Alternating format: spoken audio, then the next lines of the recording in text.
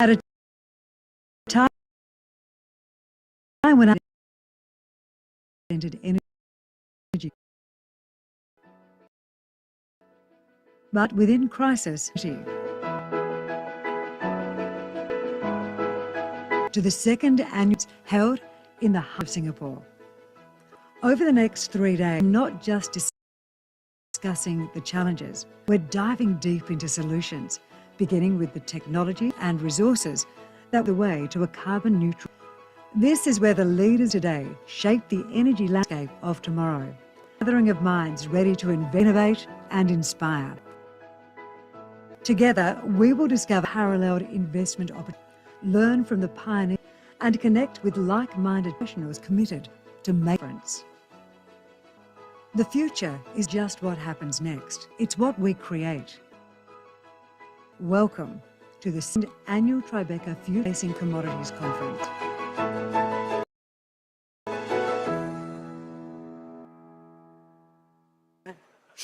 Oh my, caught me, and I was talking to people. It's most unlike me. What this conference is all about, isn't it, talking to people?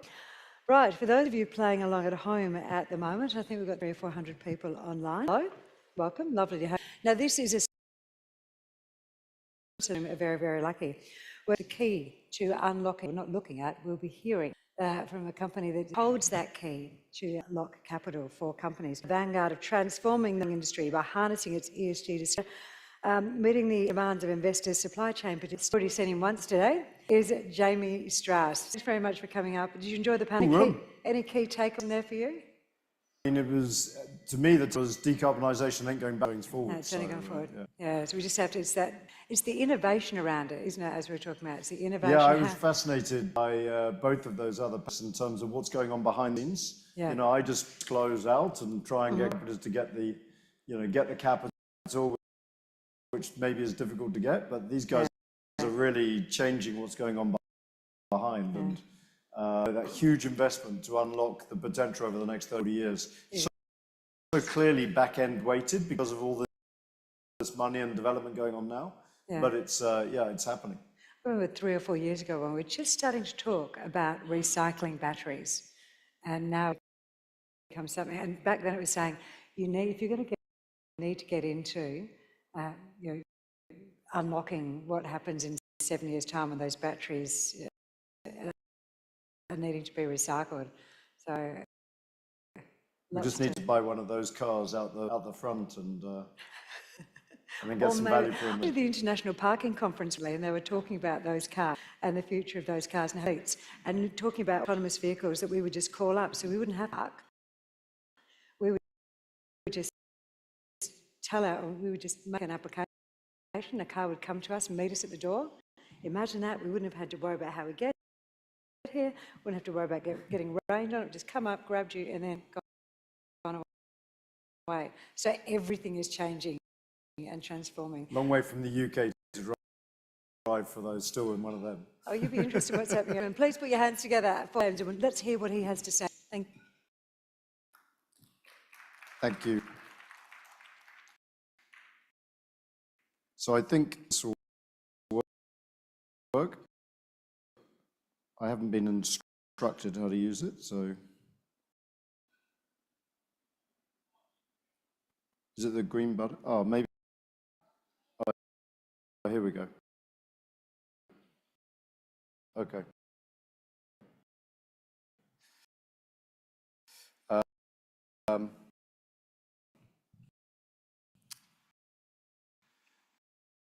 Okay, so moving into a new era. Thank you very much, everyone. I'm Jeames Strauss. I'm the founder and CEO of Digbee.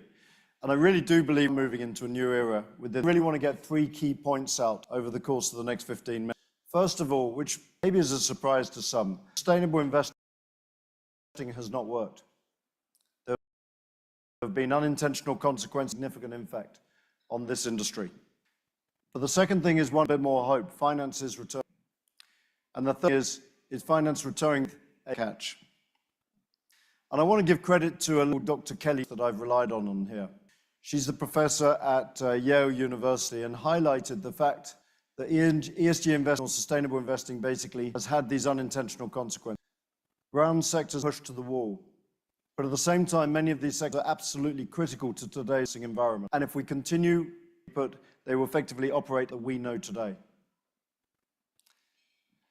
So in seeking performance, sustainability investing, which now equates to up to 60% in Europe, I think on average it's looking to be around about 35% of funds under management in the course of the next 2 years.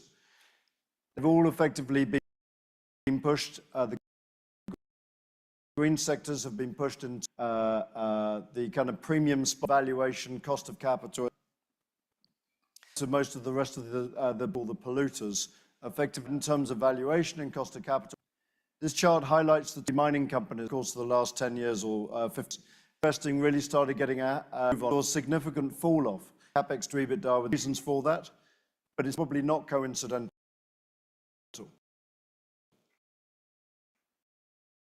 That it related to the rise of sustainable finance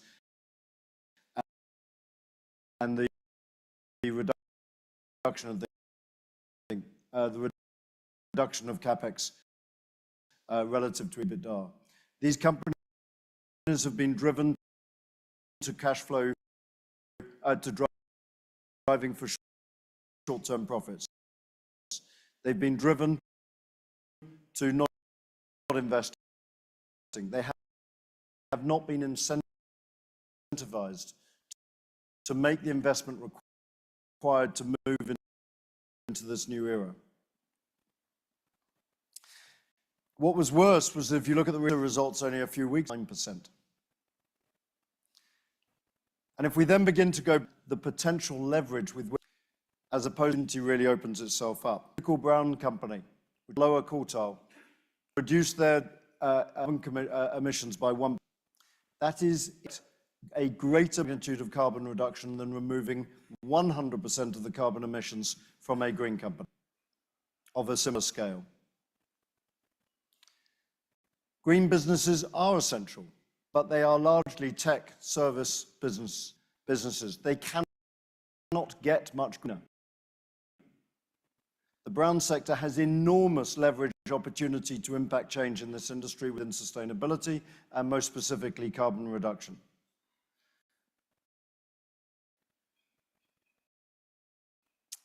At the same time, we're coming into the two major megatrends of the mining industry. The future of the energy transition and the geopolitical rebalancing of the supply chain. Now, these two megatrends won't create the bull off like a lot of people hope. Pull to bull market. What we need to understand, catch to effectively change that we already know to what effectively is, and it is my belief that where the mining industry already is, the ability is the opportunity to transform the trust and conviction and the confidence of this sector will change this industry. Already started, this industry is fully committed to being responsible. It's fully committed to net zero. It's fully committed, it is leading on its commitment to nature positive.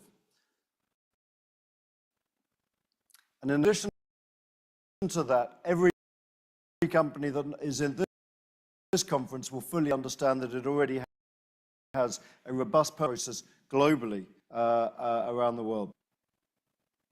Now, I've seen an 80% specialized capital over the last 15 years in the mining sector. The broadest part of the investment community does not want to be associated. They are scared. But the worry is, the opportunity is, that we could have 35% under management in 2 or 3 years. At the moment, this sector is in most of that investment. Moved so much of the capital, we are now, in my opinion, at the bottom. Because the way to address that affect the What can fill this? Now, if we go back into 2000s, the shale gas industry in North America, which was run by mums and pops, very much similar to the junior mining sector, had a relatively low valuation and was encouraged by the US government to get involved. The US government encouraged the private equity groups to get involved. They brought capital and structure to bear. They moved that sector into portfolios, which then got sold into the big cap oil companies. That turned into a trillion-dollar industry as we know it today. In talking with a private equity group out of North America last year, exactly the thing is happening. Involved with regards to filling up the vacuum. In Ferrier, we can see here, is a French fund. There's a US-UK fund which is leading critical minerals. There has been significant investment, obviously, by China with regards to its critical minerals over 5 years. The private equity groups jump this with regards to Appian's new fund, Orion's new fund. There's an engine number. All of this is beginning to together. If you calculate this, we've got $14 billion of new money raised, plus a further $14 billion on the Saudi fund. That doubles to triples the amount of legacy capital inside this sector. It's not all been raised. It has not all been deployed. We're not feeling the impact of it yet. They will focus on critical minerals. It will focus on a relatively small portion of this sector initially. So as important to know where the generalist investors sit. They are not leaders. They are to get traction on this. We're beginning to get invested, and hopefully we begin to see some action of this where I would anticipate generalist investors to get involved. But we must all understand there is a connection to this with regards to sustainability. Practical business, it is now a practical business requisite to do ESG credentials in order to mitigational risk and enhance effectiveness. The cost of capital, the supply chain access. It affects operational, also reputational risk. Challenges that must be overcome in order to wave of new finance coming industry is significant. We must accept that operational performance has not been ideal in the last 15 years. We must embrace options to mitigate that risk. We must recognize that society has changed and that we must meet these challenges head on in order to give the confidence and trust for our license to operate, as well as to encourage new capital into the industry. We must listen to the finance industry and also the supply chain world so that the new data that we can provide effectively improves, mitigates the time that really leads with a positive cost of capital. Now, if I was a CEO of a mining company size, I would put sustainability on page 2. Why? Because you go into that meeting and you're looking for, or you're wanting to do due diligence process. The management team embraces sustainability, has it at front of mind, has reduced the risks ahead of it, and can effectively move into strategy of that meeting straight away, knowing that that's not going to be a fundamental issue. If I'm going into a supply discussion with an offtake agreement, I would want to make sure that they were fully aware. That is what is front and center of their mind, other than cost.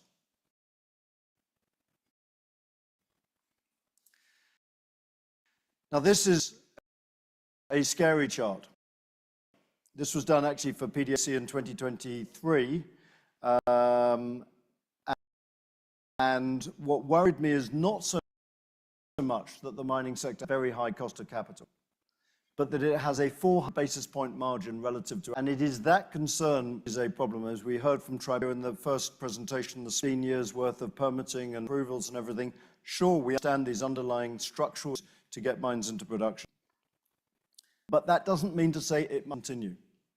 There are opportunities to bring them, if we can get this non-financial out into the public domain, to be credible and for it to be credible, then we can begin to work permitting in parallel. We can begin to bring government and other stakeholders on board with us earlier on.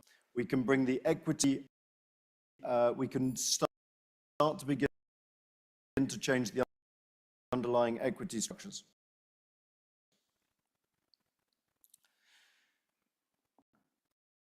I'll jump on this. I think hiring is really important. We could talk all day about this. I think we've got to change the culture. We've got to change the narrative within the mining industry, and there's no reason why, if we didn't use the 1% story we had earlier, could effectively encourage new, younger people to look for jobs, to ensure that tech can be involved in the mining industry, to see themselves that has fundamentally changed in 20 years. There are exciting opportunities on this. To operate sustainably is common sense. To operate responsibly is a way to begin to change our narrative, begin to regain the trust that this industry has lost over 20 years. We can mitigate investors are looking for in order to deploy their capital. We can increase that access. We are at the smallest pool at the moment. The opportunity to transform this industry, if Asia is the future, mining is the power of that future. Of mining is the mining materials are the power of the future. We're not going to have a conference of as it is this. If we're going to achieve that, this is going to be 2 times bigger. That for mining companies, I think the great opportunity here is undeniable differentiation. We're beginning to see that in terms of the how the offtake agreement is being recognized. The landscape has changed. Capital is being mobilized. Is differentiation. It could be a nickel company. It could be an iron ore company.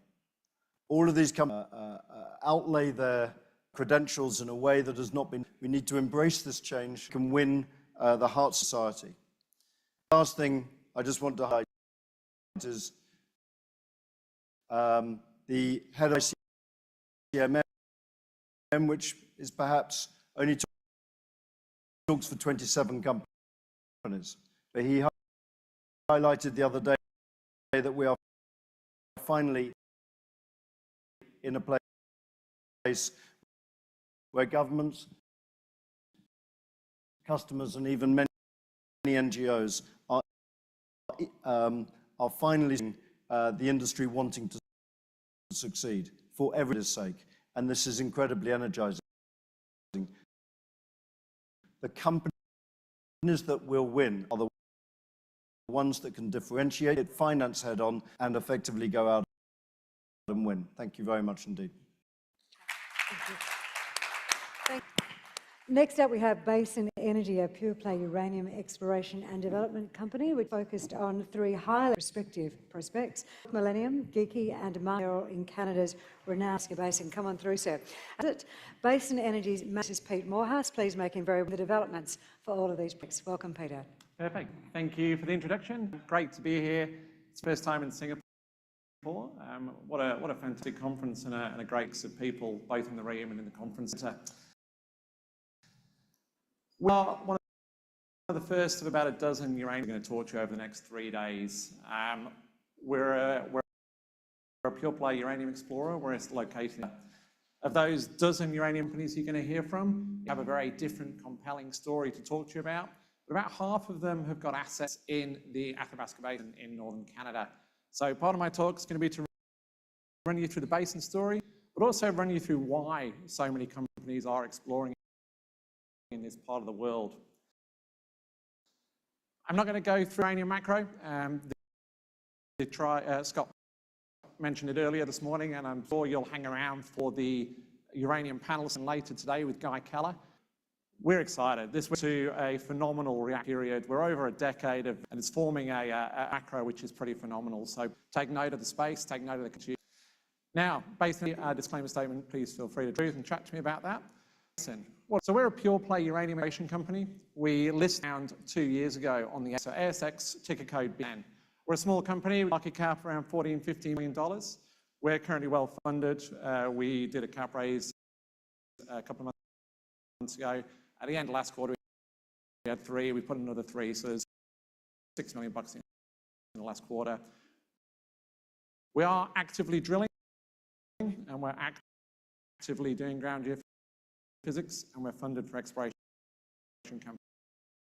campaigns for the next few months for sure. We're going to talk about the Athabasca, but our projects are currently only located in the Athabasca Basin itself. This has been home to uranium mining for over 65 years. This has been a top 3 producer globally for 45 years, and it's home to the likes of the Cameco's and the Uranos. This is a phenomenal district, phenomenal deposits. A jurisdiction which is second to none. We have a framework in place which allows exploration, clear pathways to and also release value down the track. You have discovery. Jurisdictional for any commodity, especially for uranium. And I'll run you through the team. We have a background in uranium, both from a technical operations and commercial point of view. Now, the Athabasca Basin is shown on the screen behind you. I always like to compare this more for the Australian we have here. You know, in Australia, the biggest uranium opportunity is Jabiluka, 350 million pounds, about 0.4%, about so 0.5%, 350 million pounds. The biggest in the Athabasca being McArthur River, around 675 million pounds, but it's 17%. So the grades and the scale things are phenomenal, and that's why I explore here, and that's why when you find one of these, they are mined. Now, here, cross-section, or a timeline, if you have time against it, is a time period, and it shows you discoveries that we see in the basin since 1970. Point out, from an investor perspective, has released value for holders over exploration only. With that 2011 period, we still have this in the Athabasca, and the focus on the next day or two, so please listen to the story here. But this was a couple of exploration focused on more basement-style mineralization, $30 million market cap company when uranium price was sitting at a $1.5 billion company off the back of success. Sorts of returns that you can get with credible discoveries.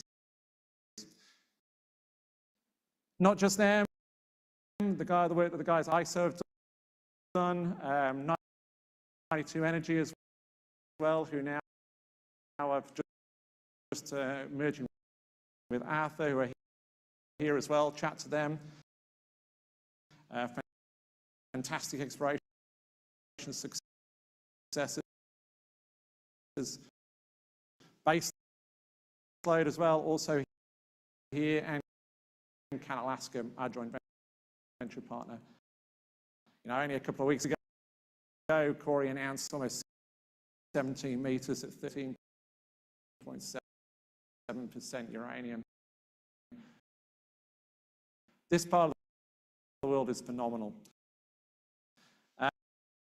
So you're very lucky, guys. You've got some phenomenal explorers in the Athabasca who are all kicking goals at the moment, so please make sure you have a chat to them. Now, the basin story, what we're a bit different for here, and I think a bit of a differentiator. When we were looking at projects sort of 3 years ago, we were looking for explorability. The key things that we believe we have in our Geeky project is shallow potential for basin-style mineralization. Now, the focus in the Athabasca has been looking at this geological impact on conformity. And the main model driver is yield to the contact, you drill just past it, and that's where most of the big discoveries have been found. There's been a push on basement-style mineralization post the Arrow discovery. Note Arrow here, some 200 meters past the conformity itself. But what does that mean to us? It means contact here is perhaps critical. The eastern side of the Athabasca here has the same fundamentals, has the same on it. So Basin has a project, which is his footprint itself, nice and 200 meters. We went out a relatively early stage exploration. We did geophysics. We were looking for rock types and a mapping exercise, trying to really pin this geology story together as to how do you de-risk this as possible before drilling lots of meters. We did mag, we found big structures, we did EM, we found the right types, and then we did a first pass drill program. So this was last year, uranium before program, on the footstep of the world's biggest deposits with $1 million market cap company. Our 8 drill holes hit anomaly. So 8. Now they weren't all grade, but up to 0.25%. Thicker intervals of sort of 9 meters at a few hundred ppm. Proof that this system is carrying uranium. More excitingly, from a geological point of view and a technical explorer's point of view, is the structures and the alteration patterning. We're seeing basement structures, beautiful patterns, the right system, the right utilization. So we have had a focus on main prospect areas. Our Preston Lake were the 2 that we found the most. We did stop drilling. We still had an amount of money in the bank, but we said, right, how do we do this further, having proven a concept? We then we flew airborne gravity with the idea of trying to map where these alteration patterns have been most intensive. And from that, we picked out a series of targets Basin to our drilling and more regional. From that drilling, we'd mapped the right structures. We know what structures are carrying. We know what structures look to be fertile. So we're looking at overlapping results. That brings us to today. We're drilling at the moment. We've got a rig on the ground, and we're starting to systematically work through those targets and start to continue to build on this concept of the Eastern Athabasca being the home of the next discovery. Now, briefly, I'll mention our North Malay Marshall projects. So these are in the traditional style unconforming. So a little deeper targets for 200 meters, 40 Ks from MacArthur River, or about 7 Ks from the Millennium deposit. A continuation of, that's the wrong slide, a continuing Millennium fault, which we believe is the host for the Millennium deposit, about 7 Ks to the north. We hit a geophysical anomaly which looks remarkably similar to what they see at Millennium. 2 million pounds, about 3.5% uranium. So quite a compelling target. Now, we're trying to do on site, trying to pick out the rock type, trying to pick out that structure before we go and drill the target. Nice tight cap structure, about 100 million shares in issue, as I mentioned. We're sitting with just over 6 at the end of last quarter with praise. And a team that are driving this. Myself, I'm a geologist, as you may be able to pick out. Uranium background, some 18, 19 years of uranium exploration around the world. Exploration manager is Odile Mofray, so she was formerly the project lead for Orano, running exploration programs in Saskatoon, Athabasca Basin experience. And Blake Steele, our chairman. So Blake formerly was the CEO of Azaga. Azaga being an ISR company with US focus, who was subsequently acquired by Encore Energy 2022 for $200 million. Between the phenomenal uranium knowledge, phenomenal uranium experience, and we're extremely well positioned to make the emerging macro in the uranium space. So I hope I tweaked. Please feel free to swing around the booth now. Moorhouse. And watch this man as he comes up here. He's ridiculously over-skilled and talented. He has a Bachelor of Chemical Engineering, first class honours, a Bachelor of Commerce from the University of Sydney, a Masters of Applied Finance, and in his spare time, he also went back and got a CFA charter holdership. So that's impressive, Andrew, but the knowledge that we want from you today, the knowledge that you have acquired in your work world, especially in the North American uranium space, because he's put that to real good use in his role as MD of Global Uranium Enrichment. So let's hear what he are up to together. Please make him welcome. Thank you for that introduction. My name's Andrew Ferrier. I'm the Managing Director of Global Uranium Enrichment. It's an ASX-listed company. We're obviously focused on building a uranium company, in particular in North America. So there's 4 or 5 key points I'm trying to get across over the next 5 to 10 minutes. It's a short presentation. But the key points are, we have all the money we need for the next 12 months to execute on our US. We have high quality projects, both in the US, mainly in Colorado and Utah. And we also have around 6 different projects in the Athabasca Basin, which into why people want to be in the Athabasca Basin. The next key point, our team. Team is absolutely fundamental, especially in space, good people that work in the industry for a long time, just because of the savage nature of the cycle. We have a very experienced team of US professionals that work on projects. And the thing that sort of makes global uranium unique is our investment into the enrichment space. Enrichment is absolutely fundamental to the nuclear fuel cycle. We've invested in a company called Uranium, which is based in Australia. It's a chemical enrichment technology which is progressing there. I'm the largest shareholder and very excited about that opportunity. On top of all we're working on, you've got the fundamentals of the uranium space. I'm sure you're going to hear the uranium companies speak macro environment. It is fundamentally the industry has been uninvented for the last 10 years. That means there's absolute supply deficit. The world has gone nuclear over the last 2 to 3 years. The build occurring across the world are going to mean that we're particularly focused in the US. The US is in a very interesting. Nuclear is still the biggest part of their energy. It's in there on the bottom left-hand corner. There's effectively very little production of uranium coming out. That's left them very reliant on uranium, particularly rich uranium coming out of Russia. Talk a little bit more about it in a panel session coming up in an hour. But there's, announced recently $2.7 billion to go into the enrichment space, very close to banning Russian uranium. That's going to set companies like ourselves with projects in the US very well over the next couple of months as we continue to develop our projects. So what do we have? Our main asset is the Tallahassee projects. It's a JORC compliant resource of 50 million pounds today. It is a big project. It's one of the largest undeveloped projects, uranium projects in the US. We've got to be active on that project over the next 6 to 12 months. I'm being drilling it come the 1st of May. We'll take that drill work, accumulate with all the other existing data we have on the project and put out a scoping study later this year. On top of that, we've got our Maybell projects, which we also plan to drill, and then our pretty extensive portfolio. This is our Tallahassee project. It's in Colorado. We have, as I said, close to 50 million pound resource today. The entire district's 90 million pounds. It's for the US in that. It's a project with significant interest in the production. And as you can hear there by just how many black dots there are, there's 350,000 meters of drilling done on this project. We're blessed with all that time and cost would take to be tens of millions of years and years and years. The last 12 to 18 months, we've pulled this project together. It's in place. We'll be doing a small core program come May this year. We just need some additional fresh core to do test work. We don't need to make the project bigger. It's got cracks already.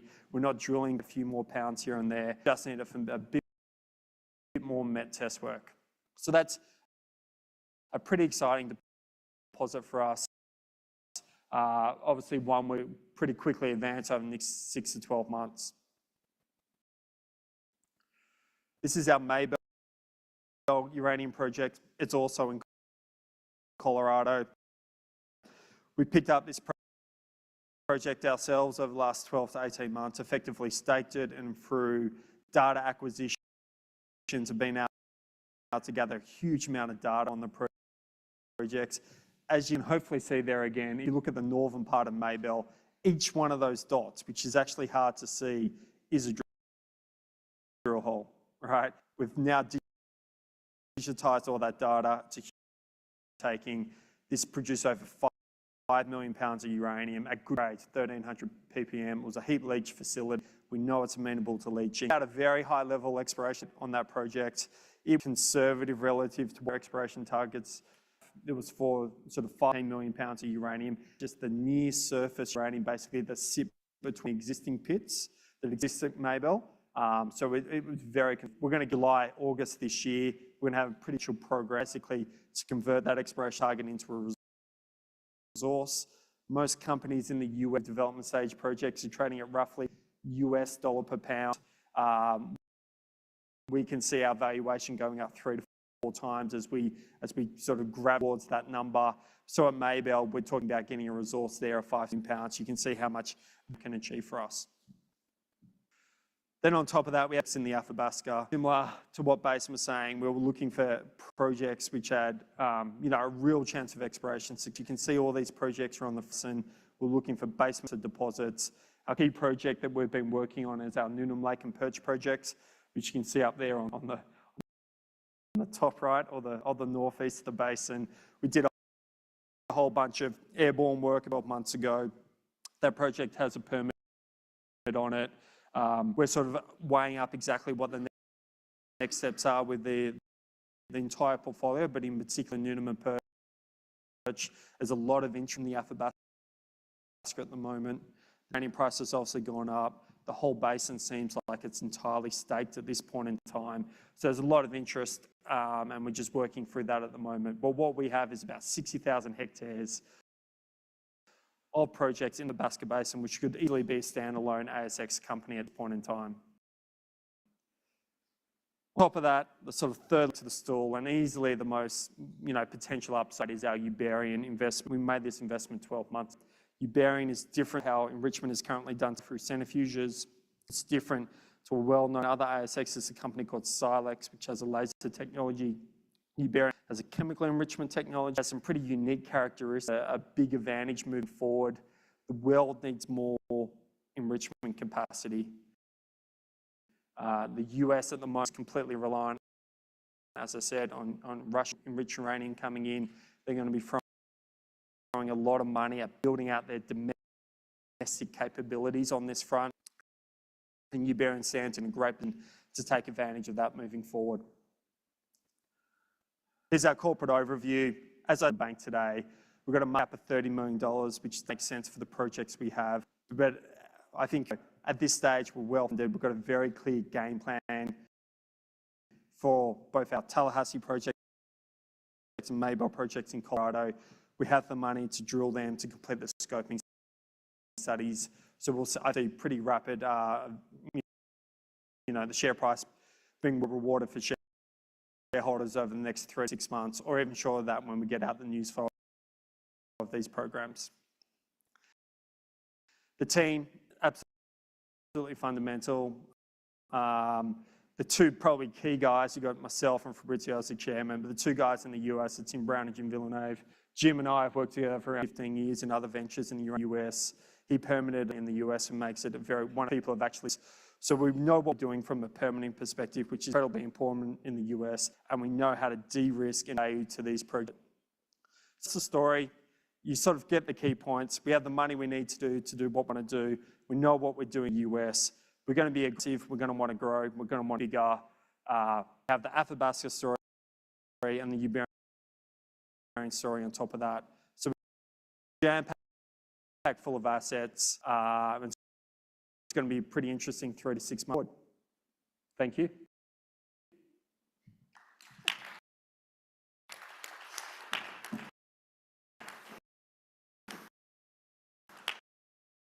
The most we on 1, 2, 3. Oh, that I didn't want him to speak. That was very impressive wrap up. I'm impressed with that, Andrew. Very good, buddy. All right, where's my next fellow when he comes up here? Now he cut his teeth. Exploration geologist both in Canada and Australia, correct?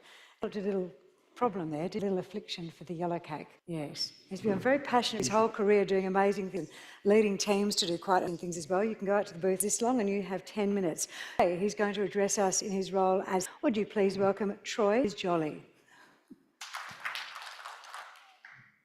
Hey, when we're talking about Atha today, we're really talking about 3 companies. We're talking about Atha Energy, talking about 92 Energy, and we're talking about uranium.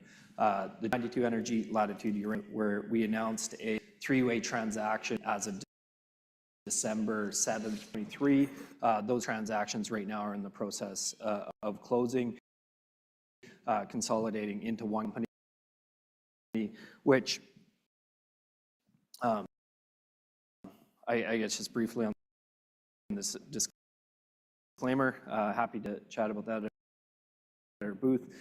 When you look at this companies now on a pro forma basis once everything closes.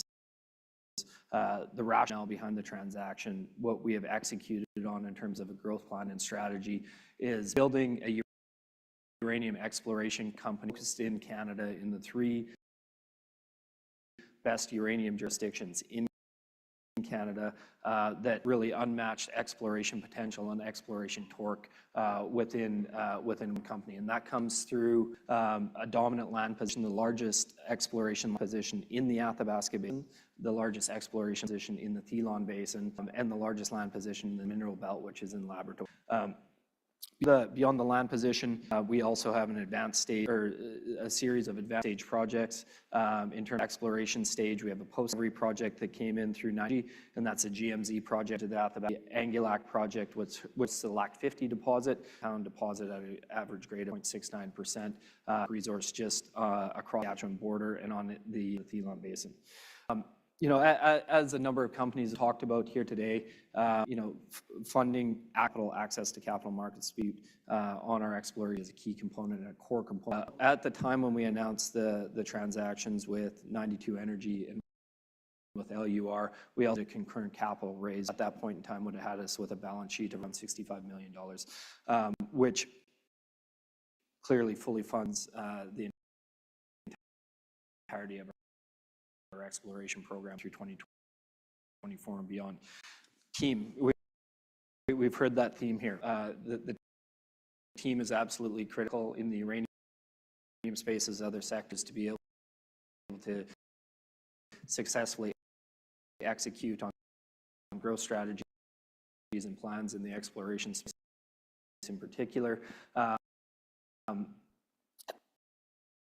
The team that we've amassed at Atha, you know, it's self-evident in terms of the capital strength of the deal, but from a technical individuals that spent, you know, decades in the uranium space in prime Canada around Tier 1 assets. Corporation, both from an exploration context, moved to operations, or as a chief geologist, Eagle Point, one of their operating.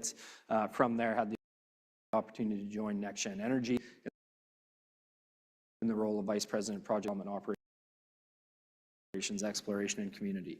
Exploration within Atha, Crevering, again, their experience set was just at Cigar Lake when Cameco Cigar Lake into production.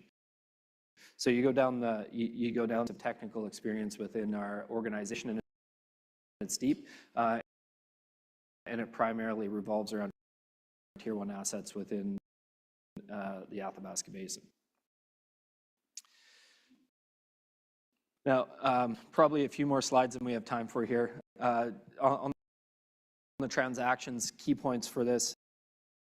Hey, we're happy to have the vote take place yesterday. Shareholder vote with 92 Energy passed with resound. That transaction is in early. Then we'll have both LUR, D2E fully consolidated Atha, and have us in a position to be able to execute our exploration strategy and continue with our growth strategy in 2024.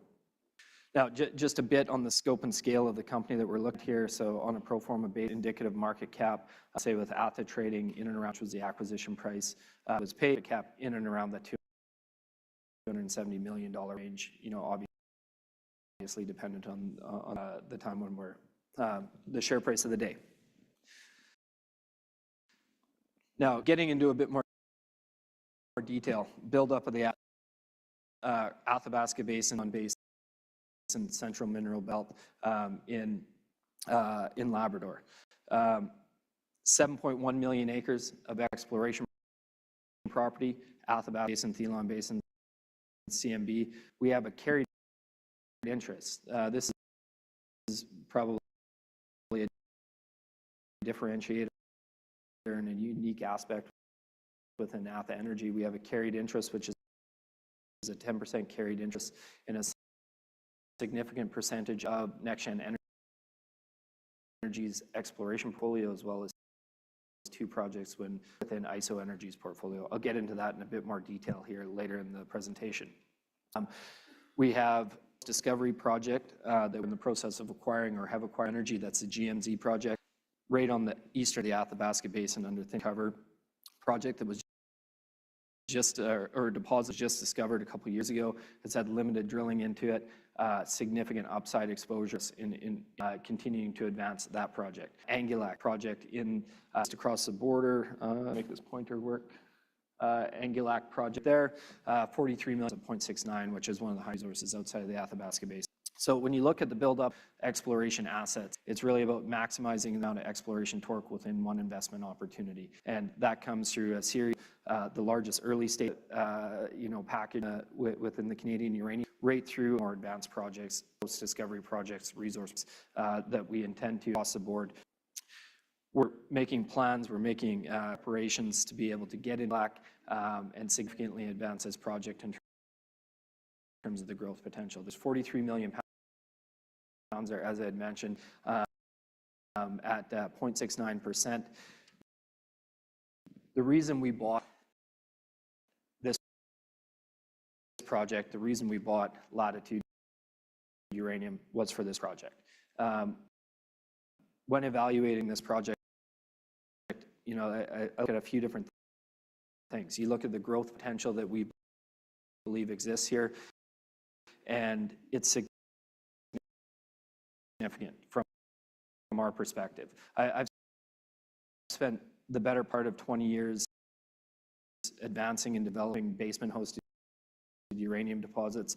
Had the opportunity to take a team into Cameco's Eagle Point deposit at the point in time when it had been mined for 25 years, had 10,000 drill holes into it, and over the course of years we added 50 million pounds to that. Then from there had the opportunity to join NextGen Energy, grew that project from 200 pounds up to 336 million. So the team that we have has a very unique view on the controlled basement-hosted uranium mineralization, and through that lens, the potential here in terms of growth and scale of the mineralization within the Lac 50 as being material. And that's based off the geologic target. A step further, and you look over time. The major here was at 14 million pounds.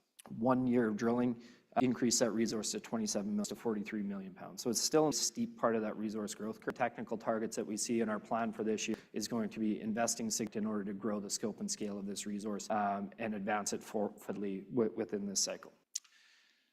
Gemini project. I think Siobhan, the managing director of 92 Energy, is back of the room here. She made a discovery a couple years ago, very eastern edge of the basement-hosted uranium system. And when we were evaluating this project, the one thing that was striking to me when walking through the core, when doing the due diligence, is the similarities between the GMZ project and the mineralization, the structure, the alteration, the scale of the alteration, the similarity between this system and the Rabbit Lake trend. There are very few of these basement-hosted uranium systems within the Athabasca Basin. The two most prolific,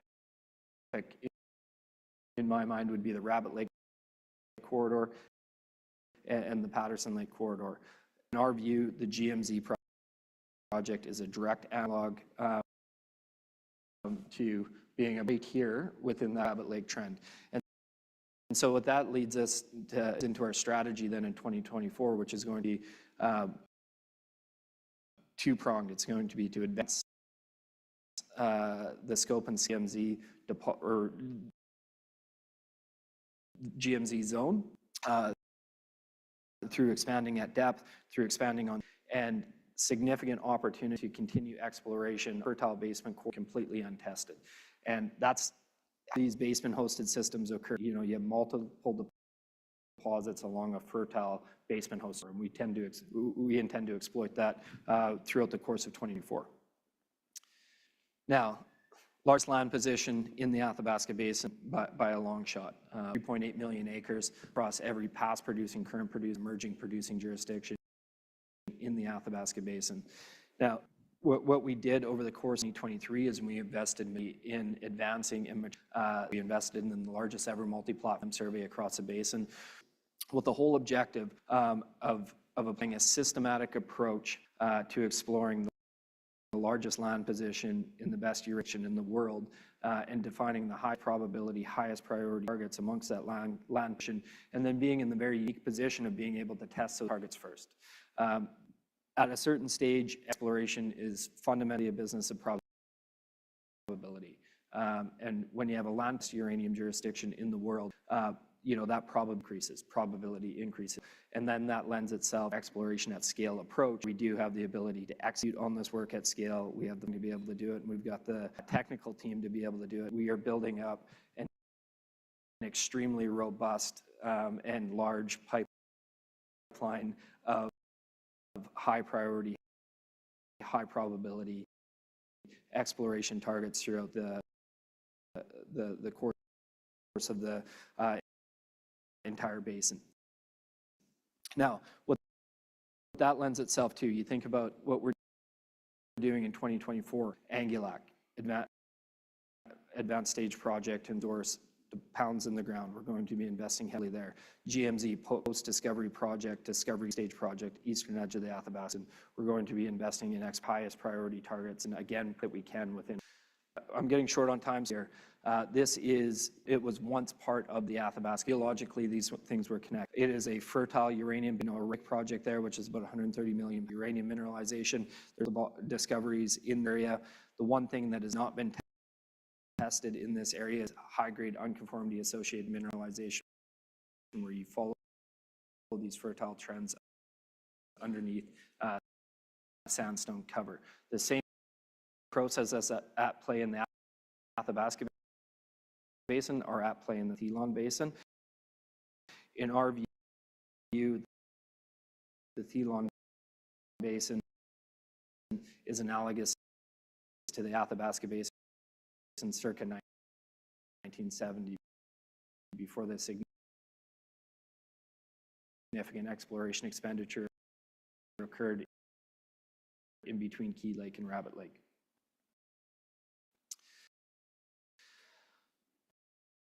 Carried interest. Atha also has, through how the assets came into the company, a carried interest in a portion of NextGen Energy and ISO Energy's exploration portfolio.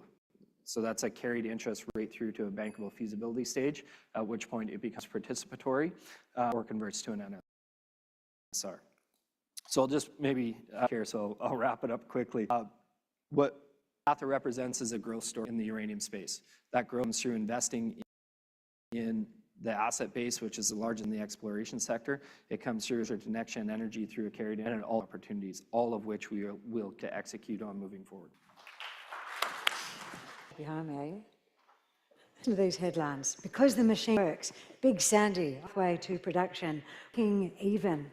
The headlines that you will have seen in numerous publications following fortunes of our next up on stage. All you people are slowly behind me. Off you go. This is Arizona Lithium. This is Paul Lloyd. He is the MD, and he's going to share to the future for Arizona. Thank you for that introduction. Now, and talk about lithium rather than uranium. And but we are going to stick to a similar area. So one of our major projects is in Saskatchewan, and those last presenters were talking about the Athabasca Basin, and that is in Saskatchewan. That's way north, and we're very way south on the US border, but very interesting hookup. The mission for Arizona Lithium is effectively to become the world's first oil field brine producer.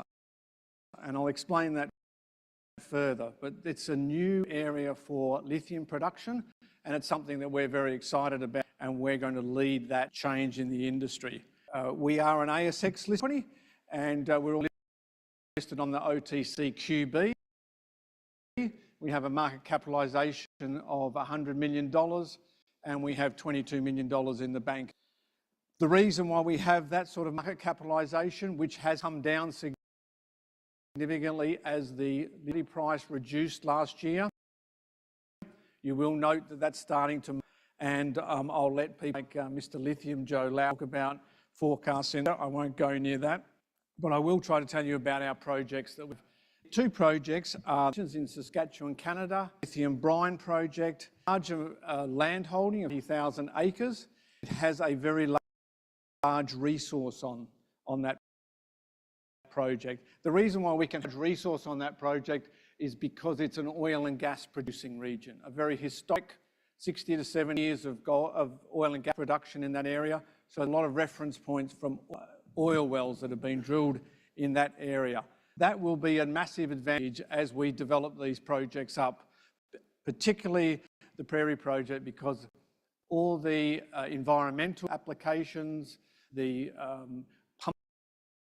pumping of the material back in the ground has been done by all the oil and gas people. In addition, we have all the infrastructure we need to put this project into production. Rail lines, we have gas, we have labour, skilled labour that's used to doing oil and gas work, something very similar. Very excited to be just of the US Big Sandy project, and that is Arizona. Hence the name of the company, Arizona. And we've been working that project for about 8 years now. It's a sedimentary project, a lot of similarities to Lithium America's Atha project that recently attracted a $2.9 billion loan from the Department of Energy in the US. It's a large project, and continue to develop that project. We're just waiting on some drilling approvals, and we have a plan in place. But our short-term focus is definitely on the Prairie project and the ability of lithium brines in oil fields to produce a good quality lithium at a very good cost of production. So let's skip the slides in regards to the demand and supply for lithium. I think a lot of people in this room would understand that the EV revolution is going rapidly. I spent a time in North America, and EVs massive in Phoenix, Nevada, etc. There's no doubt that lithium is not. This slide shows basically we're operating in North America, and there are so many cell producers that have commenced construction, and they have very little supplies of lithium and other battery commodities. I think the cent lithium has come off or reduced significantly. I think that's a bit overdone by the retail market, and we are seeing people in the industry very interested in our lithium, and batteries are massive, and the future is very for lithium. So, as I mentioned, we are in Canada, in the province of Saskatchewan. It's a very exciting area to be in, oil and gas producing region, and as you heard from presenters, very uranium spotlight at them. So, permitting of that project is very efficient as compared to the US, where we're done in Arizona. The Biden administration is not exactly low mining at the moment. So we have pivoted to our Prairie project, and we've gone to an area where we are getting a lot of government assistance and a lot of cooperation in regards to permitting. So in detail, the 6.3 million tonnes of lithium carbonate at the Prairie project sits in an area where surface. The oil has been extracted from, we are going deeper than the oil and gas people. Out at site about 6 weeks ago on the first cleared, and in every direction that I looked, I saw oil and gas facilities, either drilling assets. So again, I mentioned there's all the infrastructure into production, all the stakeholders understanding, and the farms cooperative. They basically want to replace their oil and gas revenues with lithium revenues. This is an area that does hold a huge amount of lithium. The 6.3 million tonnes, you put that into perspective, the demand for lithium last year was about 1 million tonnes. So we still haven't drilled this project out, and We will put this into production and then find more resource.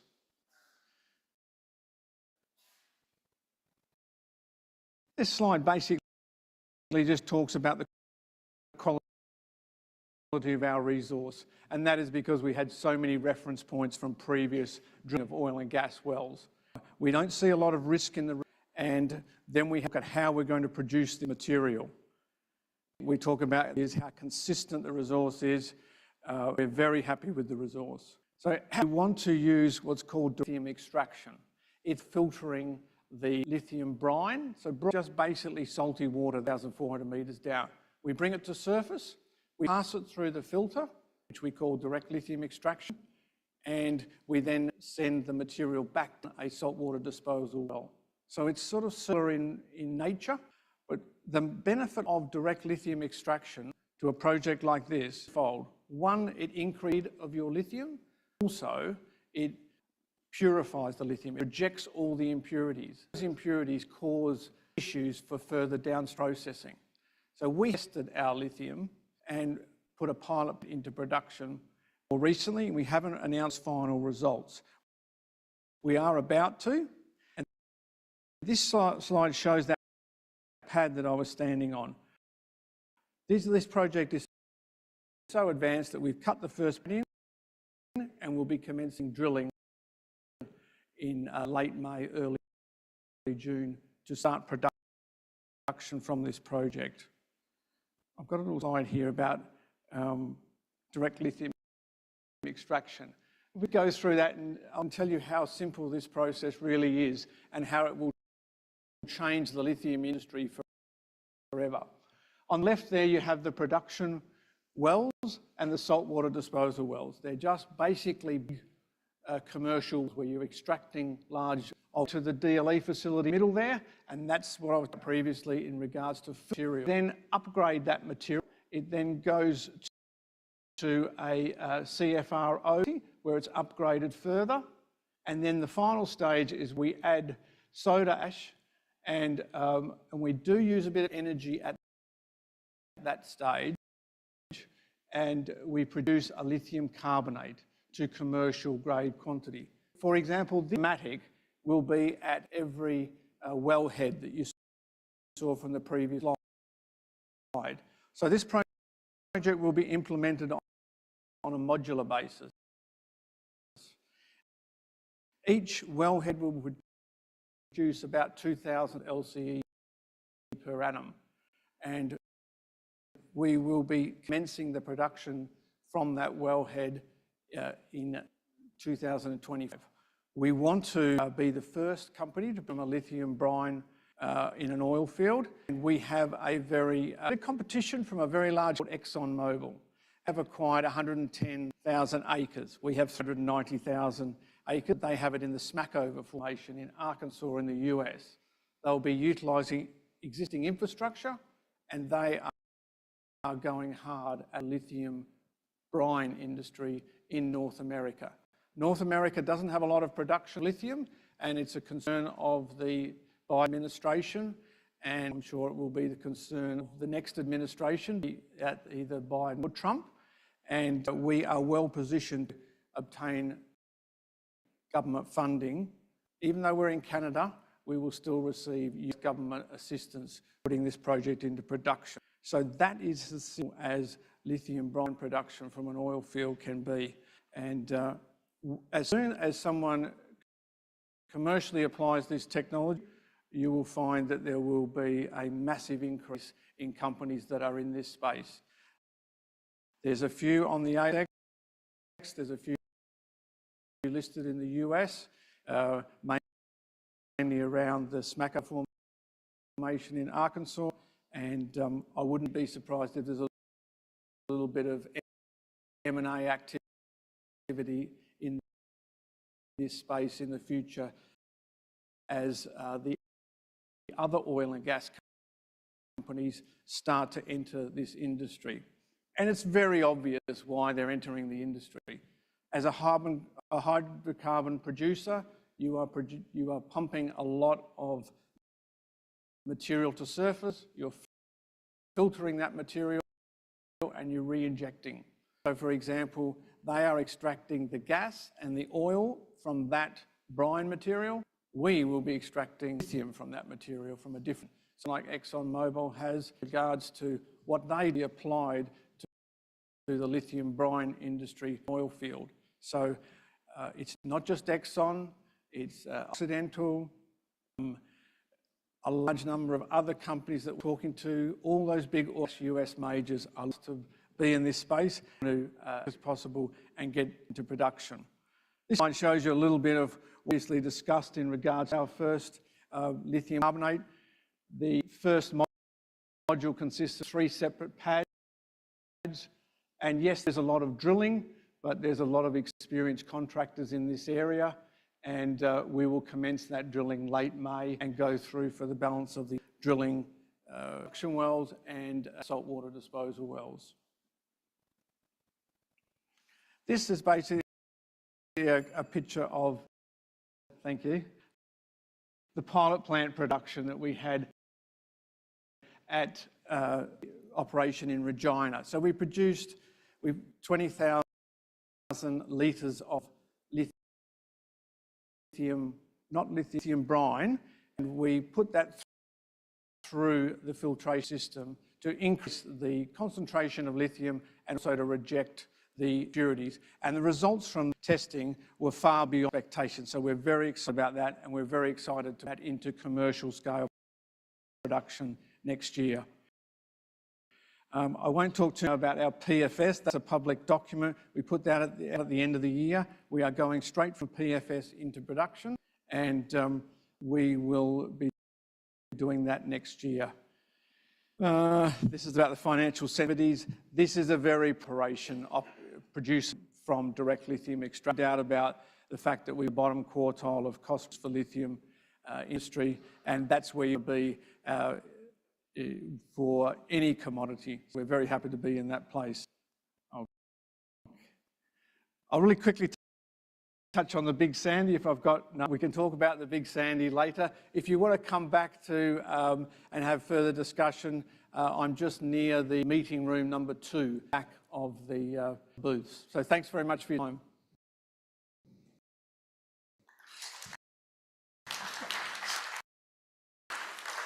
Sorry about that. You've got 15 seconds, but I reckon you want to lead in wanting more. You want them to come out and have a chin wag with you, because Big Sandy. Go and have a chat with him about one, everyone. Right, Chalice, thank you, sir. Next up on stage, Alex Dorsch is their MD. Now, the company's Goinville and Copper Platinum Group Element Pro 2A has made a fair progress recently. Resource drilling has significantly expanded the project, and this is going to be particularly good for Chalice, so we're interested in your reasoning and what you've got planned. Like Alex, very welcome, everyone. Thanks, everyone. Great to be for the second time. Chalice Mining is a very high-profile explorer in Western Australia, and we've got hold of one of their most exciting and I guess critical minerals province anywhere in the world. The usual forward-looking statements and disclosures, these are available or on the ASX platform if you want to read them in full. What's Chalice? We own critical minerals deposits and really we're unlocking a new, a really previously understood of Western Australia's geology. We're in a very strong financial position, about 112 in cash as of the end of last year. That means we dilute shareholders for percent ownership of our is the largest palladium in the Western world. It's also Western world, so it's a very, very interesting polymetallic critical project, 16 million ounce EGMs. 60,000 tonnes of nickel and 20,000 tonnes of copper, 83,000 tonnes of cobalt in the ground. At the moment is trading, I guess, reflecting the depressed nickel and palladium price environment. Somewhat bizarre that a project like this is valued upon spot prices, but yet here we are, given that we're not producing anything. We've spent 180 million on this project over the last 4 years since our geologist made this discovery in 2020. And we've spent that money very wisely, drilling out the very large resource, doing test work, engineering studies, also acquiring the underlying and surrounding farms. So we own 24 kilometres of farmland, which de-risks the permit of building a project in this area. So currently about 330 million Australian dollars. So you're not buying much more than what we've actually spent on this to date. So the leverage here to recovery in price of particular palladium and nickel is against us actually finding something else in the surrounding 10,000 square kilometres of untouched geology in Australia. So the project itself is going to be the lowest cost P mine in the Western world. It's going to be second quartile due to its very attractive base metal byproducts. It's going to be simple, open cut, sulfate of the nickel mines. This is a sulfide mine. It's a significantly lower carbon intensity, lower environmental impact, and a much more competitive one in terms of cost profile. It's going to have obviously IRA compliant metals that are a very, very big deal because the IRA is going to drive a Western premium for Western products. It's 70 from Perth, the project. Very, very close to world-class in Perth. We've got a pre-feasibility study underway at the moment. The initial focus of that being, I guess, how might we high grade and maximise return on investment in the initial phase of developing this world-class resource. So whilst we do that, we've got about 25 geologists combing over the 9,500 square kilometres that surround the new discovery. And we shouldn't forget that there's potential here to find other things other than nickel sulfides. There's a very, very large gold copper mine called Boddington in our backyard, a very, very large and world-class lithium mine called Greenbushes, and as well as obviously Gonville, which is 30 million ounce contained palladium equivalent deposit.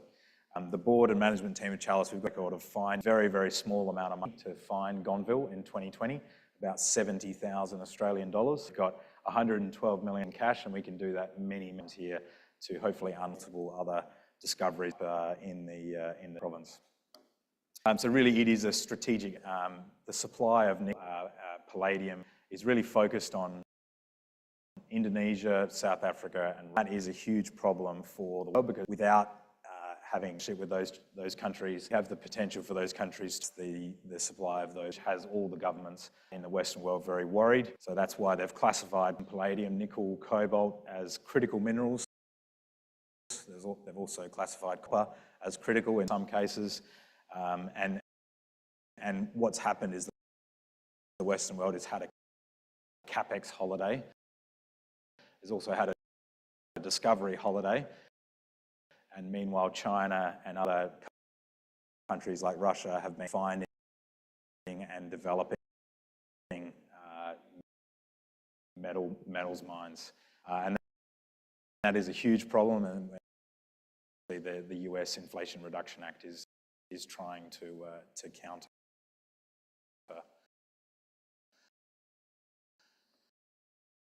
At the moment, palladium's in a very weird position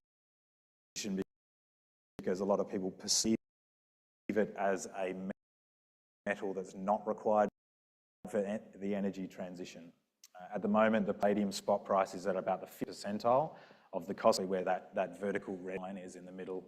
That means that those mines on the right-hand side of that line, the supply is decreased as that price goes down, but yet people are actually buying hybrid vehicles require a palladium-based catalytic converter. So demand is robust.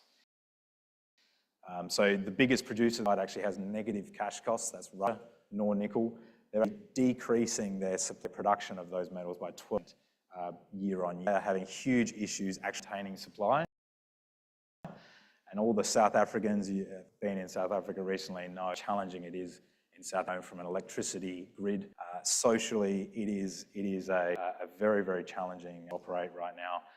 So, laying off thousands due to this. You're going to sit, as it says there, a little blue and orange bar to sit in the second quartile. You're going to outcompete the seconds and all those right of us. Why should you care about palladium? It's become a very, very contrarian metal opportunity. And the reason you should care is because hybrid electric vehicles are basically the best of both worlds solution. At the moment, hybrids are growing. The actual construction, manufacturing of hybrids and sales are growing far, far quicker than purely battery electric vehicles. And that reflects that they're lower cost, they're longer range, and they don't require the charging infrastructure that pure battery electric vehicles have. So at the moment, in February 2024 versus 3, battery electric sales down globally, while hybrid vehicles went up %. That's telling you right now. So you need to really read between the lines, because here is lumping together battery and hybrids as vehicles. So there's a perception that palladium demand is going to be destroyed by electrification, and that is absolutely not true based on the current trends, because those plug-in hybrids, like all hybrids and all internal combustion vehicles, they need a palladium catalytic converter. So why is that, etc., at these cyclical lows driven by a very large hedge fund short position? So the price is going to have to rebound, and where might you get to that rebound? Well, basically the only serious player in the Western world with a major palladium project. As you can see there's been a 41% growth as well in vehicle sales over 12 months, but a huge decrease in the palladium price, which just does not make sense. So really, there's a lot of reasons why the palladium price will go up. And what are we doing on our side? Obviously, like I said, we're recutting that high-grade project. So we're looking at our project from a lens of lower prices, so high-grade, more selective mining operations. We're updating a scoping study in the second quarter of a high-grade open pit and starter project. We're also in advancements to secure an asset-level strategic partner for our project that we expect to resolve in the coming weeks. So it's just outside of Perth here. Those who know this part of the world, Perth's got fantastic infrastructure, a fantastic advanced, workforce. We are going to be on the outskirts of Perth using the Perth-based workforce. Very, very large resource, as I mentioned, is a strategically sized, long life project, world-class in many aspects. We haven't yet, I guess, our evaluation of how this project may be developed. Is it going to be open pit, combination of open pit and underground? And like I said, we're attracting a strategic partner to this bit because of its inherent qualities. So if you look through the current environment, which is incredibly weak, where might you go for high-quality resource project? I'd suggest right at the top of the list. What's coming up in the next 6 said partnering process, start a development case, and then really, I guess we're shortly about to begin the permitting and approvals phase. As it says there, we're about to refer the project to both state and federal governments for assessment. We believe all of those things are going to be basically pointing towards a late 2026 investment decision to build ahead of first production later in the decade, likely 2020 or 2029. So importantly, throughout all of that, we are fully funded all the way through to that late 2026 FID. So you don't need to worry about us diluting holders before we get this resource because of the amount it holds and the metals mix. Which at currently open pit operation, I guess progress open pit mining down to depths of 400 metres below surface. We know the resource extends down to at least 800 metres. And we know mineralisation extends to about 1,200 metres. So there's never going to be a shortage of resource on this type of project. What's critical is really working out where is the optimal starting point in terms of cut-off grade and where do the economics sort of trade off. And so that's what we're working on at the moment is as a starter case, looking at much higher grade in the initial instance. And we're, as I said, about to report the resource to reflect that selective mine approach. And then I guess it's been known for some time that the resource on the right-hand side of that figure, that occupies just a small part of a 30-kilometre long belt. And that geology that hosts that resource, we know that it extends a full 30 kilometres. We've got indications of sulphide mineralisation over that full extent. But as yet, we haven't really drilled out the other remaining 28 kilometres. So there's a huge opportunity there. We've done the northern end of the complex on the left-hand side, and we've also done a very program basically testing for indications of that geology throughout the entire life. So we will know shortly, I guess, where to now focus in exploration efforts in the state forest area immediately north of the resource. But outside of that, to argue now, we've just as good, if not better, exploration targets on the surrounding 9,500 square kilometres outside of I guess, the immediate resource area. We know, we can see Gonville is going to be a project that's going to be a mine, and that, I guess, decreases the hurdle on near field discoveries. But more importantly here, there are all sorts of different styles of mineralisation in a very good part of WA. So probably a 1,200 kilometre long of the western edge of the Gun Craton under licence, and Craton margins is where you go for the big giant nickel copper PGE discoveries. So things like Voy, they're found on the margin of these cratons. So we've got several areas of active exploration at the moment. Probably the most exciting is the area immediately east of Gonville at the northern JV. And we've got 20 targets there to go and progressively test over the course of the next coming months. So a lot of upside here beyond what you can sort of see tangible in terms of resource. So I've already mentioned the catalyst, but obviously this is a very much an opportunity at current levels, given where spot prices are. We are not producing any metal at low spot prices, and yet that's how the project is being valued. So please come and chat to us if you'd like to learn a bit more. Dan, thank you, sir. All right, consistent, thick. Something we'd like to be described at, but that's the word for the deposit in Brazil. Continues to deliver consistent, thick spodumene intersections. How are you? Tired? Good to see you, Christopher Gale. You're looking slightly healthy. Why? It's very good. Yeah, I have. Go and sit over there at your microphone. I'll to 5 minutes off you. Now, he's been very busy today. If you've been following what's happening with them in just last 24 hours, a couple of really exciting announcements. I'll let you go into more about that. These guys 2023, and that was from the growing interest in Brazilian spodumene industry, which is pretty much the biggest one, the biggest hard rock one out of Australia. Christopher, welcome. I'm glad we found. Very welcome, everyone. Let's have a listen. Thanks, Chrissy.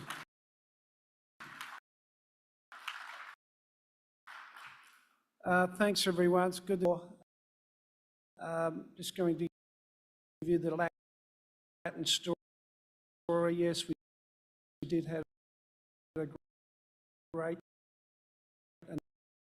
announcement this morning. As we further infill drill on our project, we're getting massive grades up to 1.8%. So it's been a wonderful project. We've been very lucky that we've created that luck. Just a little bit on board and management myself. I've been running Latin for 15 years now. Dave Valensky, non-exec chairman, and Lloyd Brent's a young guy out of Melbourne. Pablo represents our largest shareholder, out of our team. But Peter Oliver is the key here. Peter's just moved to Executive Director. He's chairman of our division, Greenbushes, for 12 years, the world's largest, most profitable lithium. Then went across to Chief for a couple of years and joined us about 18 months. It's a key rotation. That's a key theme we've got. That we're turning from exploration into a developer, and we've built the development to take this into production. And here's some of the new members of our management team. Aaron joined about a month ago as Chief Operating Officer. Aaron worked at Resources for just over 5 as their Executive of Operations. He built out Marion Lithium Mine, Chris Ellis, and then put him into running and building Marion. So we're very, very fortunate to get hold of Aaron to help develop and build our mine. Tony Greenaway was originally Operation Manager. He now is VP of Operations. All our test work gets in. Mike Drake joined months ago, 15-year veteran. He's worked at Belo Horizonte. We have an fellow, which is a great mining destination. Mike is building an owner's team now, a number of consultants, including SGS, Minsol, who are Greenbushes processing engineer. Worley were recently awarded the contract for engineer. Mitch Thomas, the CFO with Moorhouse, our business development manager in Brazil. So if you look at this team, a lot of people ask, how are you going to go from exploration to development to production?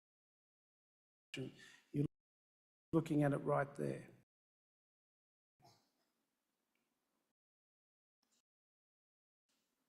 A little bit now on the project itself.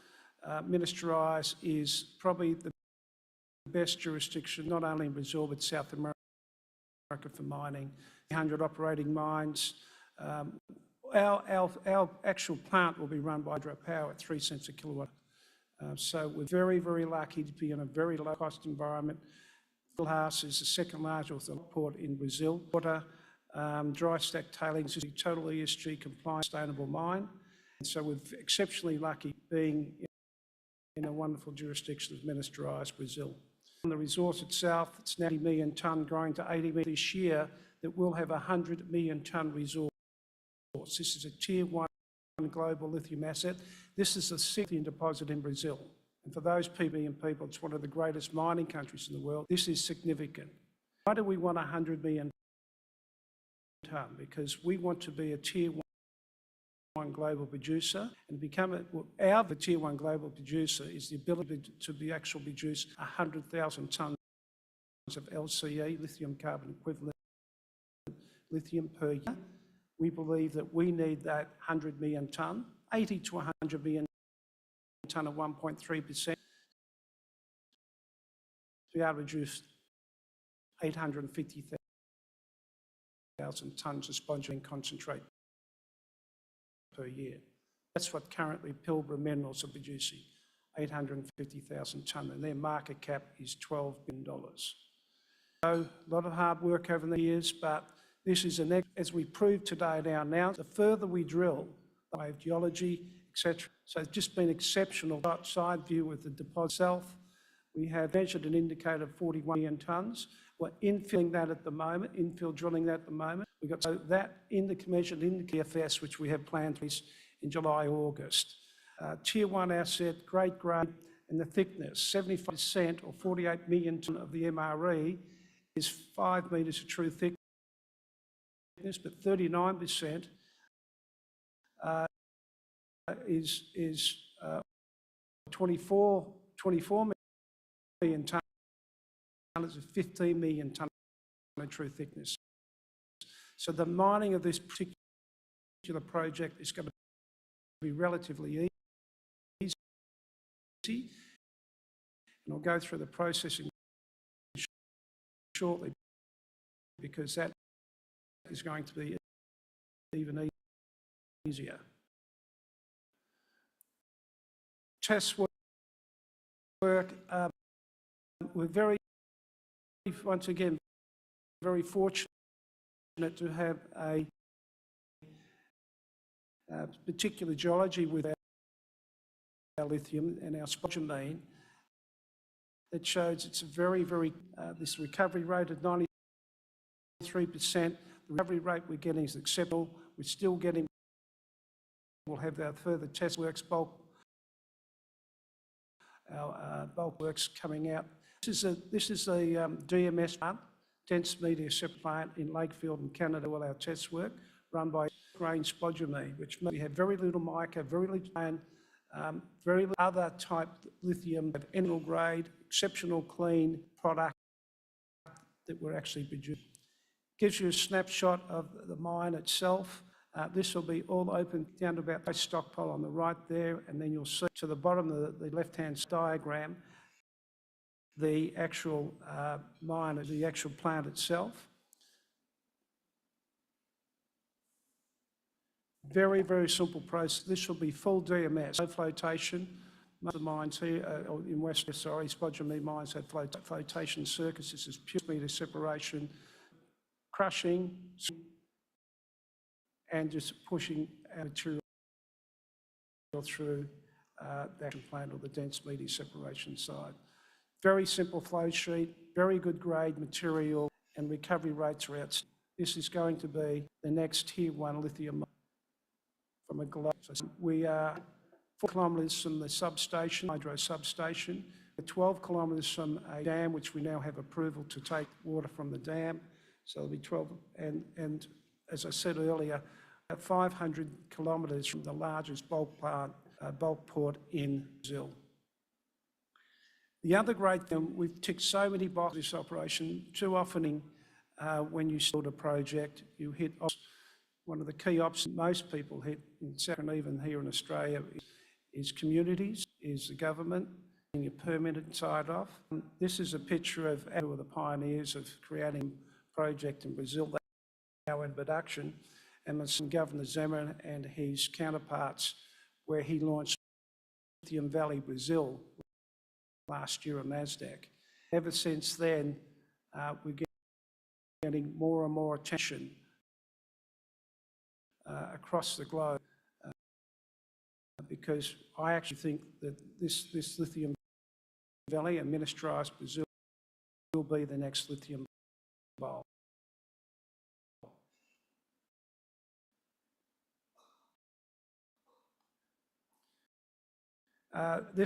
We published our PA in September of last year.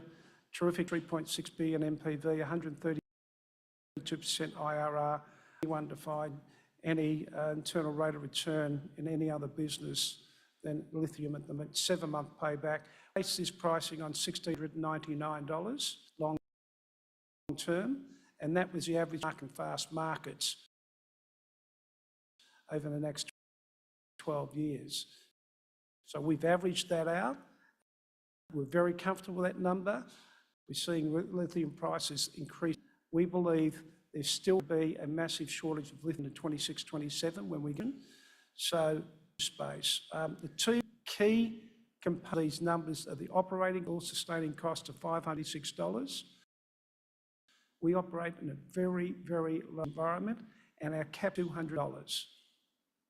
So the two key things for us here is to ensure that bringing into our DFS, those numbers are maintained, and we're very confident they will be as we put our DFS out in July, August.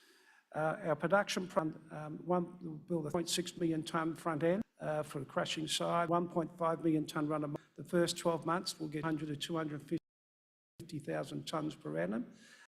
That will increase to around 350 tonnes when we ramp that up the second year. But we will reach in stage 1, which has 2 phases, we will have 525,000 tonne concentrate come out tree. The DF will start, and numbers, by the way, the PA is based on a 27 million tonne indicated resource. The indicated resource will grow for the DFS, so we then want to bring stage 2 into the DFS, show us producing up around 850,000 tonnes per annum in year 5. Lead to when we think the pricing is going to occur with demand supply curve.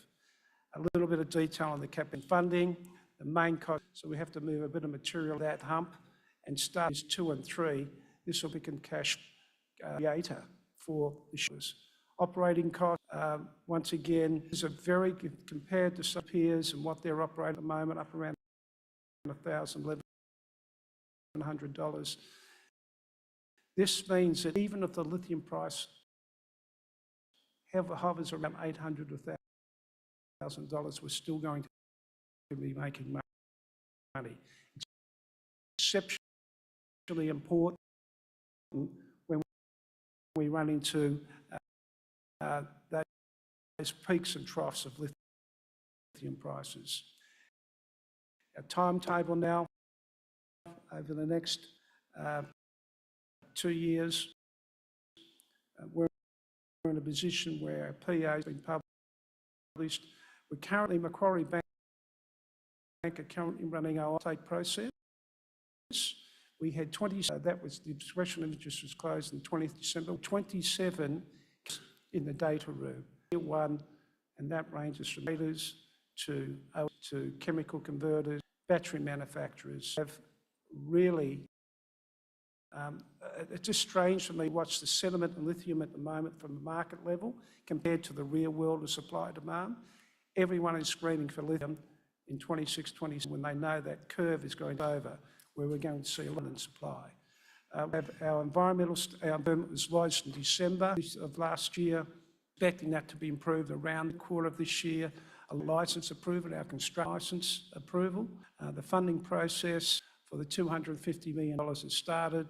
We expect that around 40% of that will come from offtake prepayments from our offtake partners. The rest will come from particularly,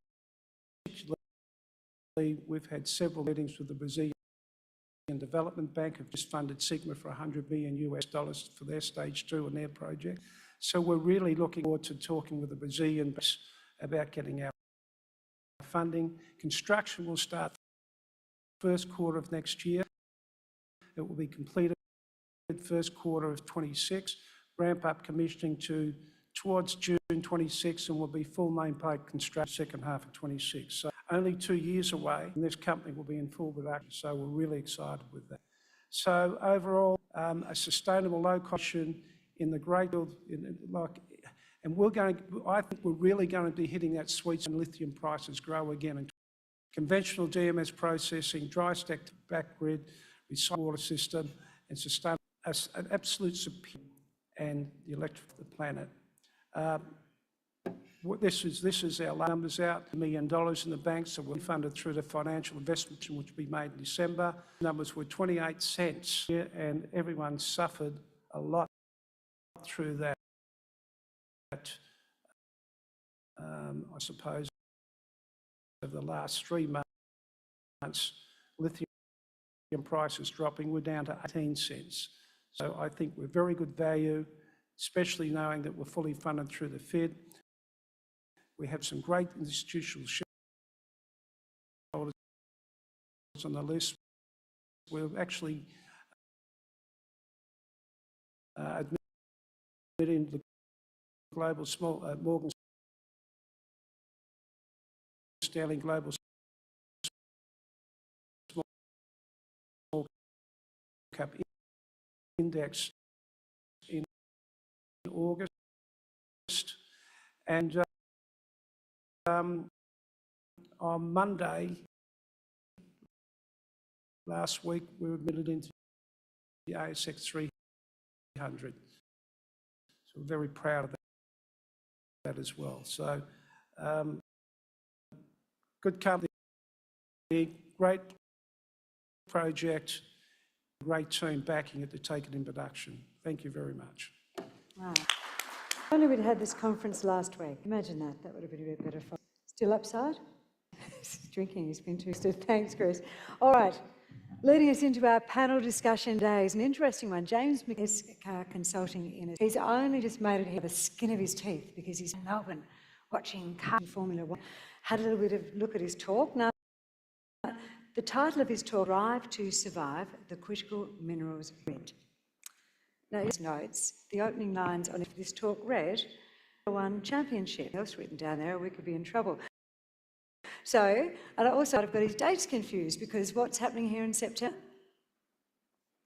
You don't know? You don't care? Maria Bay is closing down. I can't go there. I have to go and watch cars racing. I thought maybe he got his dates wrong, but no. Ships and the link to critical minerals. Without any further ado, let's see who makes the link and have a listen. Would you please make welcome, please, everyone, the wonderful James McKibben. Thank you, Trin. So I wanted to thank the organiser. As you can tell from my talk, I'm a recent convert to the public series. We'll know that it provides a background, an overview of the strategy and all the behind-the-scenes workings. So I wanted to give a similar account of what happens in the mining industry, particularly as it relates to critical minerals. Really is just a light-hearted look at the parallels between the Formula One Championship and the critical minerals industry. As we know, they're both highly dynamic, competitive, and even innovative.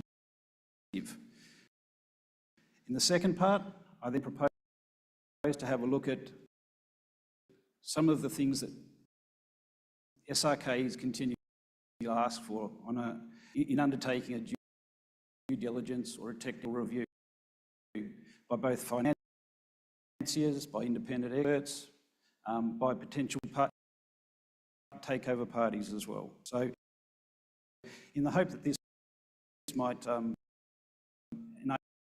enable potential explorers or developers to see how that they can progress and drive towards production. So just as the driver is a key determinant of success on race day, geology is the ultimate driver of project success long term. In particular, the rock type determines the key physical and chemical characteristics in form, whether it's a sedimentous, brine, to deposit, the mineral, the final product to be produced, including metals, or whether we're talking, and also obviously waste products that are derived from production profile. In addition, the depth, geometry and orientation, that determines how we're actually going to mine the cost structure, the ore complexity and the intertwining of different chemical species, how we're going to separate processing costs and also processing methods. Well, the location and remoteness will determine the infrastructure, transport costs, and also influence on the legal, social, environmental aspects associated with the project. In terms of engineering, whilst the chassis, the engineers are trying to down minimum weight, aerodynamics, drag, and ultimately leading to increased speed, so too project engineers are trying to the optimal settings for throughput, value, safety. So whilst engineering principles for a critical minerals project aren't significantly different from those that are associated with more traditional mining methods, we do see that there's a greater propensity for different or new age non-invasive techniques such as in-situ leach for your rare earths. We're also seeing that in order to be able to meet the objectives required to meet the metals demand going forward, greater desire to move mining techniques, greater depths that are also required. And this presents significant technical and operational challenges. In terms of processing, this is the engine that drives the successful outcomes. As in a car, we're trying to determine whether we're wanting acceleration or straight line speed. A key consideration from a processing perspective is how we're trying to position ourselves on the value curve, whether it's an upstream, downstream position. Novel flow sheets or complex flow sheets associated with critical minerals. This area is also of particular interest to financiers, given the impact on potential recovery, costs of production, and ultimately the price able to be achieved for the product. Also of note is the fact that many critical minerals are unlike traditional markets in that there is no established benchmark price, and pricing is determined customer-specific requirements based on a tailored use.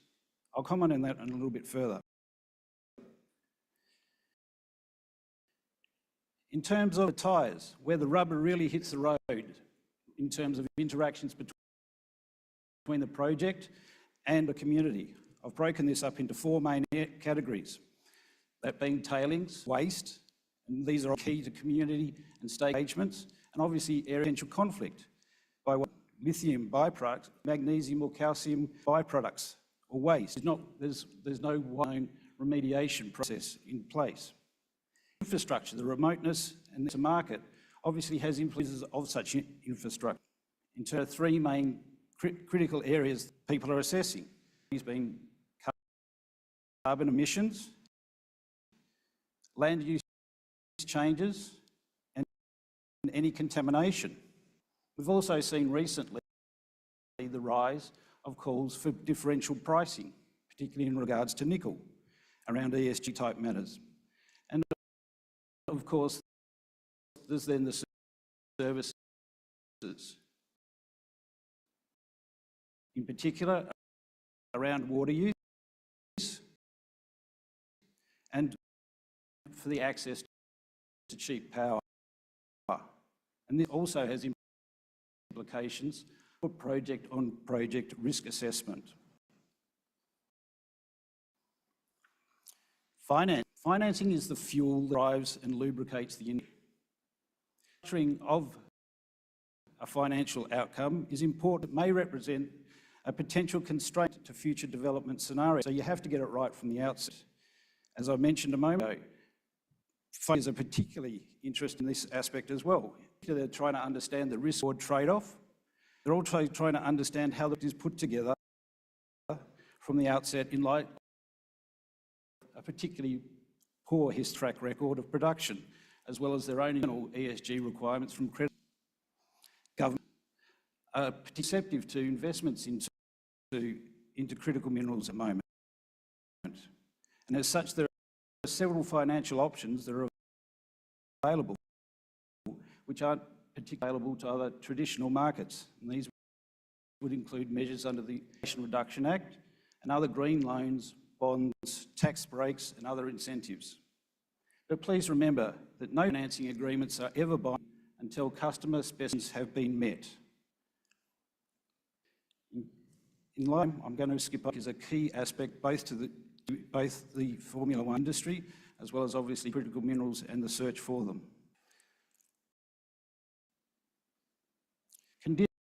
Conditions. Just as track conditions impact operating strategy and race outcomes, economic and regulatory conditions in the delivery of critical minerals. This has led to a high degree of political jousting amongst nations and proponents. The themes are often interwoven between, but they include nationalism, export restrictions, particularly lithium, bauxite, as well as economic coercion, with a specific aim of moving up the value. As we've seen over the past months, there have been attempts in the roads with respect to both demand and pricing for electric vehicles and for renewable energy sources. Another one that I'm going to skip over, but I'm happy to talk to you further about a competitive spirit, key in industries such as Formula One, but also in critical minerals.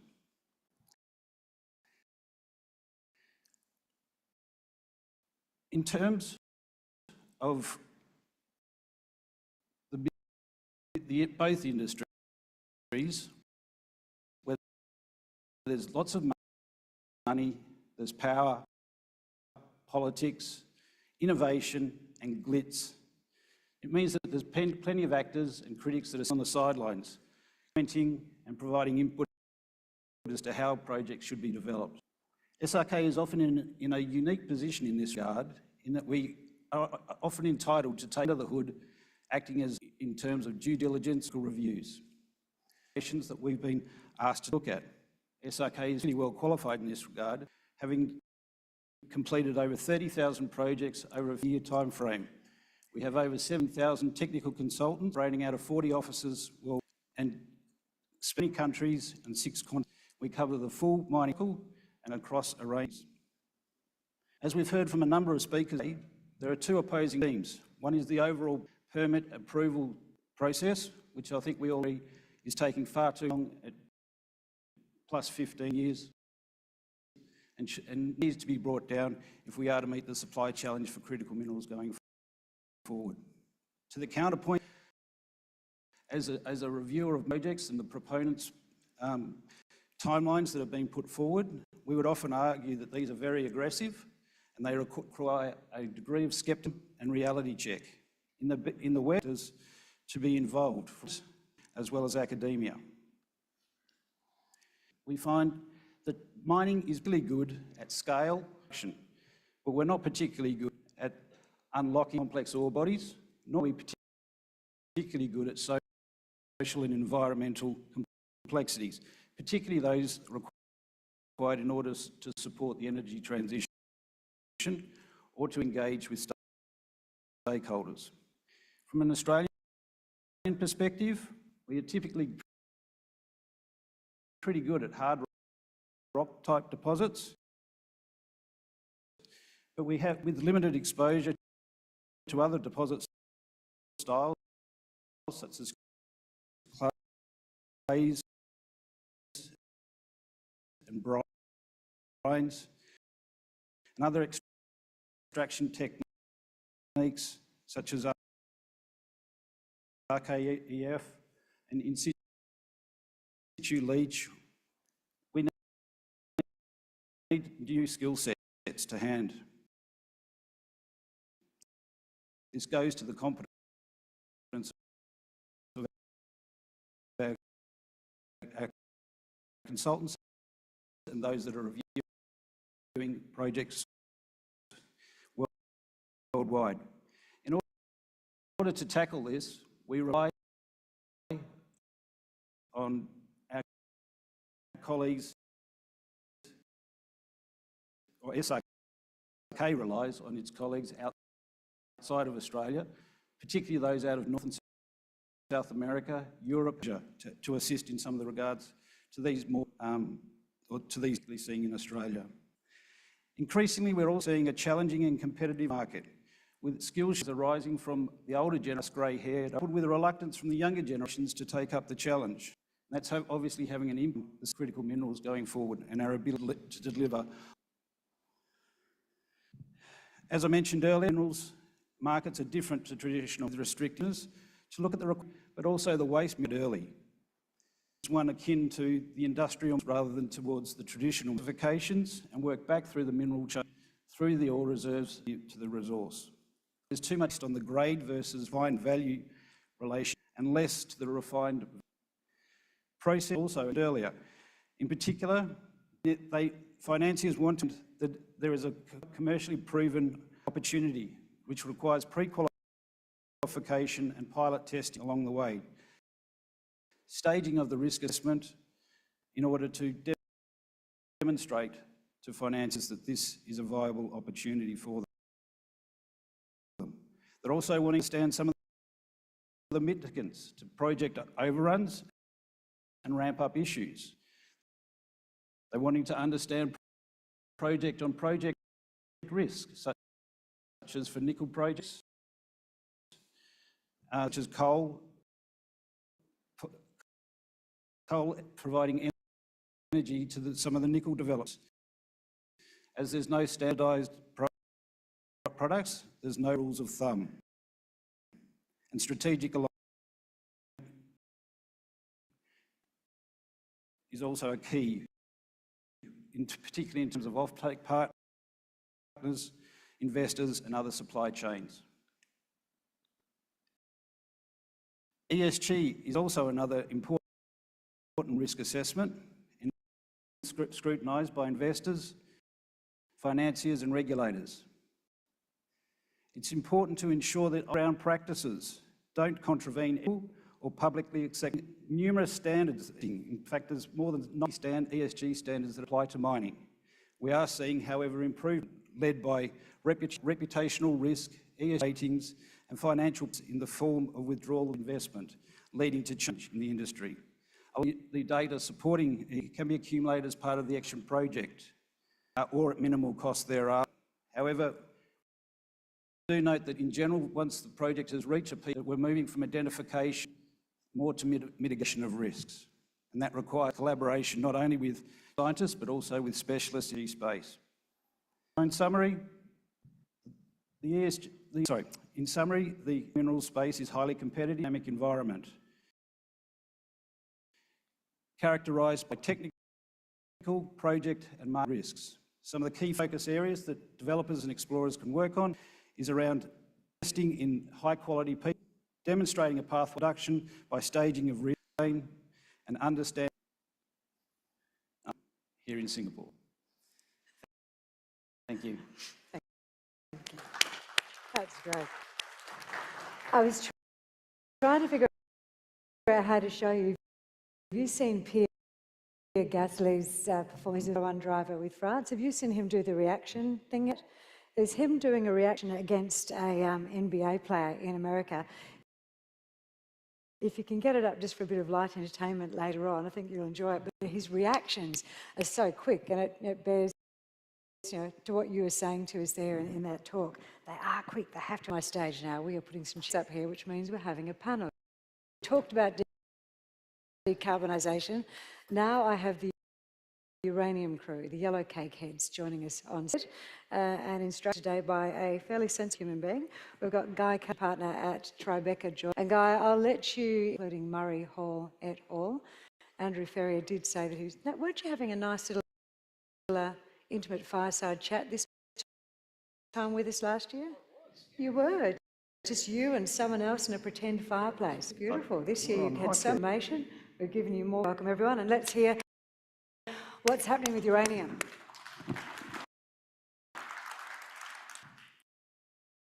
Thanks everybody, it's good to be back. I could sit here for 25 minutes and just talk without these three.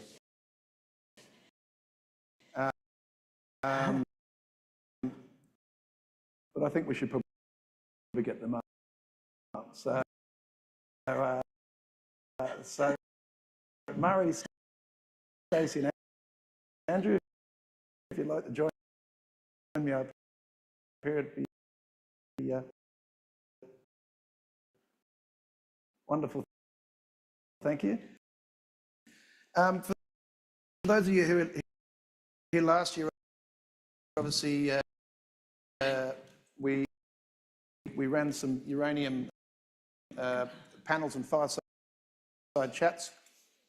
The price of uranium last year was about $50 this time of last year, and in 12 months we topped in $6 a few weeks ago, and we're trading in the low 90s now. So a lot has happened in 12 months. Here to unravel that, we get onto the wonderful posts here. I just thought a bit of an update. Nuclear energy has been around since the 1960s. It's not new technology. Nuclear energy currently produces 10% of the world's electricity, and it's responsible for about 30 to 40% of the organisation burn electricity. Decarbonisation involves electrification. Don't decarbonise the electricity grid. Actually solve the problem. You've just moved emissions from the city to the coal-fired power plant. Nuclear power is the only source of current technology of base load electricity that can deliver 24/7 electricity with low or zero carbon impact. So we're not competing with a better base load. What I'm going to do is, this is the one chance to pitch on your companies. Start here with Stacey. Why is it nuclear the bright, and what part is going to play in that bright nuclear future, particularly because movements and industries are recognised as science rather than the false idea traded in the past? Or a pretty remarkable thing last year at the COP28 event, where over 20 countries signed a declaration to triple nuclear capacity by 2050. I believe that grown the biggest endorsement yet of the role that nuclear energy will play in the transition away from fossil fuels. And that has also highlighted to governments and industries that there needs to be strong diversification of Western supply, as we've grown far too reliant on Eastern sources of supply, and that's where next-gen energy steps in. We are a Canadian uranium and exploration and development company. We are triple listed on the TSX, NYSE and ASX, and our flagship asset is the Arrow deposit at our Rook 1 project. Arrow is located in the tier sovereign location of Saskatchewan, and once in production will be £1 million of uranium, mine life of 10 years. And that 50% of global Western supply, up to 25% of global supply. Thanks, Stacey. And if we put that into perspective, that supply that's coming from this asset, and there's no doubt it's a world-class asset, we've got a supply deficit because Japan and Germany turned nuclear power. The rest nuclear electricity, 420 acres around the world. On the flip side, at the mining end of the equation, the capital's dried up overnight, and we've had more than a decade of underinvestment. We're now in the biggest reactor build program we've seen in decades, with 62 reactors being built, which is the most number of reactors since the 1970s, when France and the United States were building like crazy. When NextGen brings that deposit to market, the pounds coming out of that deposit will fulfill the 62 reactors being built now. So perspective, we've got a 50 to 60 million pound deficit already. The 25 to 26 odd million pounds a year coming out of that asset are going to for the future build. So we've got a really big deficit that NextGen can't solve on its own. Andrew, same question for you. Bright nuclear future, how does global uranium and enrichment that? Yeah, thank you. Look, I think power, and that is, the science. So nuclear, a huge part, a little bit different moving forward, obviously with the introduction of small modular reactors, and that's going to play a big role in terms of, I guess, generally how people think about nuclear in terms of these small modules becoming, readily available over the next 3 to 5 years, and really changing how they fit into the power supply dynamics of these countries are looking for. And as Guy said, I'm the MD of Global Uranium. We're an ASX listed company.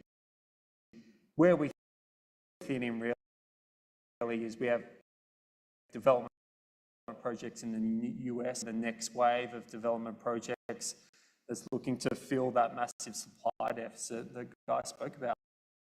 There's just been a fundamentally uninvested in industry for the last 10 years.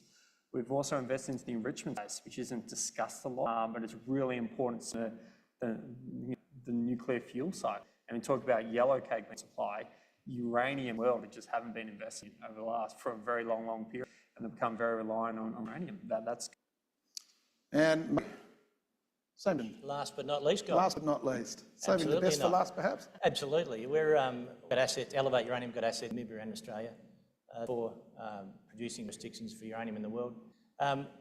We, unlike some of our peers, have gone and discovered, NextGen have discovered, but our peers in Namibia all bought assets. We've gone and discovered our recent ones. We've got the largest land position with nuclear fuels in Namibia, a great jurisdiction in which we have 3 mines, uranium mines developed in the last 18 years, 2 mining licenses granted last December.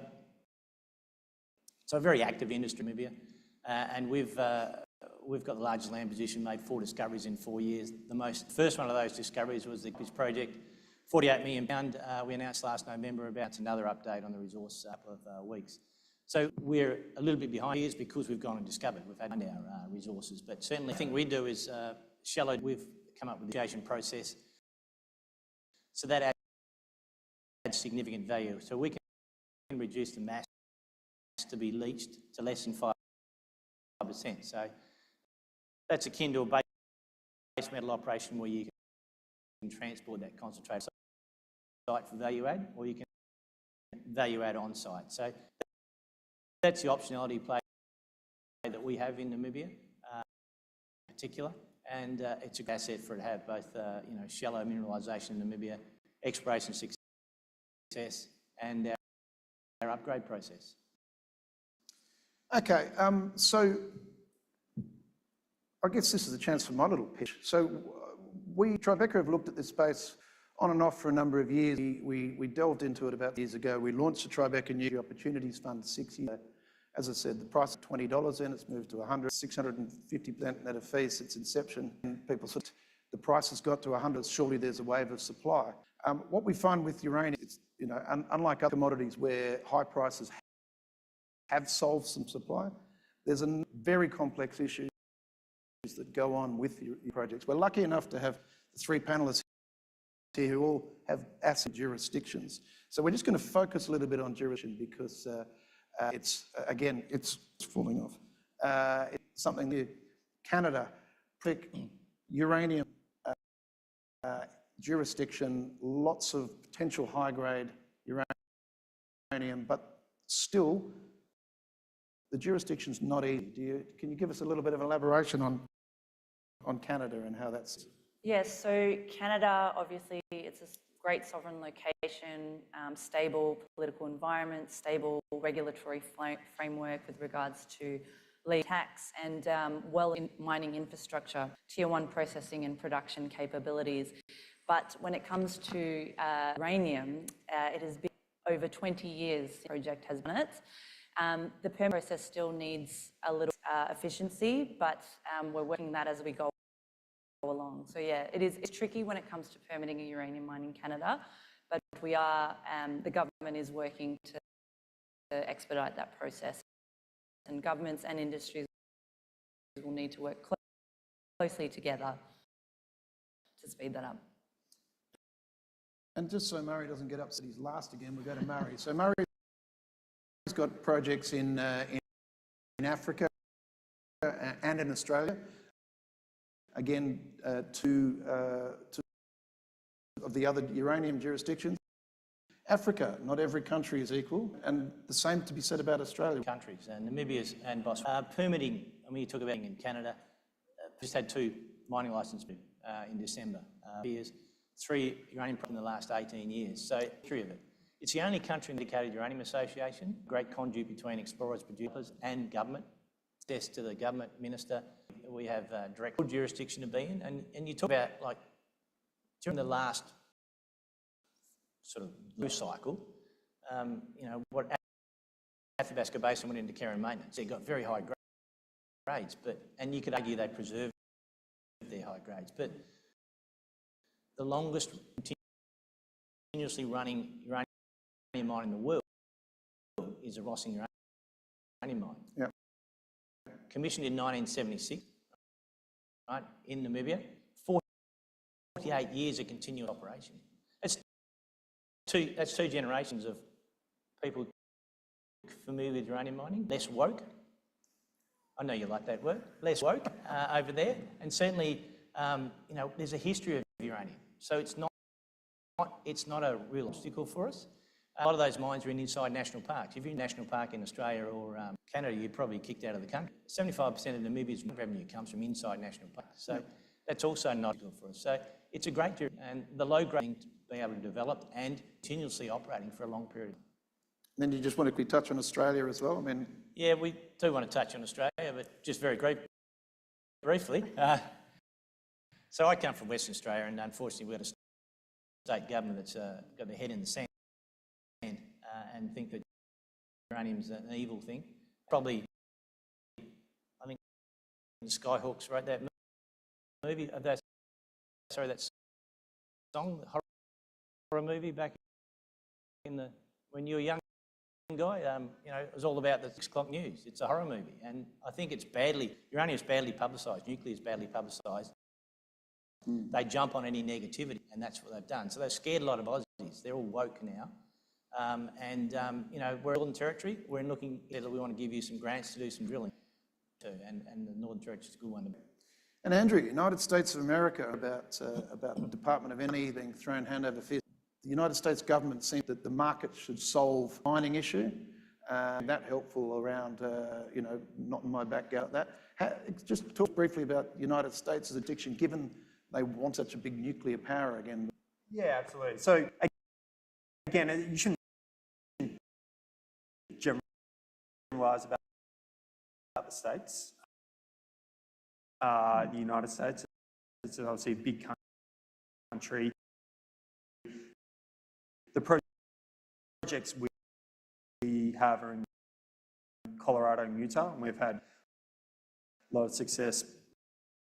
We now, and what we've required to do on the permitting front over the last 6 to 12 months. I think that's got a lot to do with the people in our team who have previously permanent uranium mines in the US over the last 10 years. So we've got a wealth of experience for a very small team. Colorado and Utah are good places to be. Wyoming, Texas obviously can do well. You see Peninsula, you see Core, they've made a lot of success and they're bringing mines into production as we speak. So we're very conscious of when we're looking at new projects. And even the state, it's like where in the state matters. Is it private land? Is it private minerals? There's a lot of things to go into what makes a project easy or difficult to. So it's what you see throwing huge amount of money into the enrichment space. That sees the huge value being at this point in time. This morning that just recently $1 billion of funding, domestic capabilities on enrichment, right? They are banning Russian uranium. That is very close to being passed in landing to get across the line. That will have flow-on effects though. It will definitely have flow-on effects. They're not checks, the uranium miners have done some things in terms of purchase. We've got domestic convertible step is source. And I'm just going to stay with you. You know, the United States, when you look at the Athabasca Basin, there's high-grade, large deposit. When you look at Africa, they're not as high-grade, but easier, easier to mine. Projects have a lot of smaller projects. Obviously, ISR doesn't invest. What do we need to see in consolidation? I mean, what conversations happen there to make companies like yourself more relevant to be able to, stand up and say we've got more pounds to deliver to the market?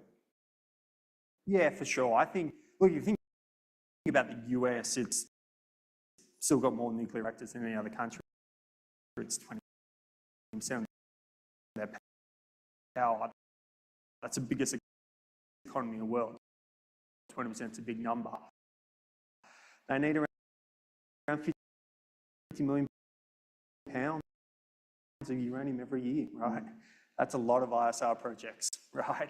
So they're going to be looking at big projects coming into the market to fill this. We have projects in the US. The US until roughly 1980 was all a big producer of uranium. The 3 Mile incident occurred. So they need projects of scale. Supplies deficit. They'll also north of the border as well to Australia, and they'll definitely look in. What they're going to want is people. They want to back certain people, certain teams, projects of scale with management teams that know what they're doing. And I think that will play out over the sort of next 6 years. So, high-grade Athabasca, lower-grade Africa, bulk moving operations from Murray and Stacey here, both have challenges. The higher grade, the harder it is to, the human element, obviously. You don't want human beings in contact with big high ore deposits. Africa, the lower grade, you've got to convince the market that you're able to, move that material. How do you respond to those sort of questions when investors say, well, I don't want to be in low-grade Africa or how do you that? I mean, obviously here with the challenges of high grade, how do NextGen look at that? We like to focus on our geotechnical setting and stress that our uranium is located in an extremely competent basement. And because it's in that competent, unconsolidated sandstone, a lot of other uranium deposits have an easier method extraction, and we use such as long hole stoping. Further, because we're located in that competent basement rock, we also can you have quite clean metallurgy because there's been very little water ingress going through the ore body over millions of years. So we tend to focus on our geotechnical setting and our low costs and stress that as a feature of the Yarra deposit. And Murray? Mate, front end? The Coppy's resource, 95% of the ore is 15 metres of surface. Yep. That's a surface miner. That's an easy exploration program and mining program. It's not complicated. So the challenges for us really are sort of the large area. We've got a strike length of 20 kilometres face, but metres deep. I mean, that's I said, where's your shovel? Exploration efforts, $1,000 a hole, right? but you can't do that in the Athabasca. You know, we can get over a lot of exploration, cover a large area. So that's the only limit. Okay, so we're rapidly running out, so I think I'm going to talk about the nuclear side as well as just the... I don't need to react well, no, through the break.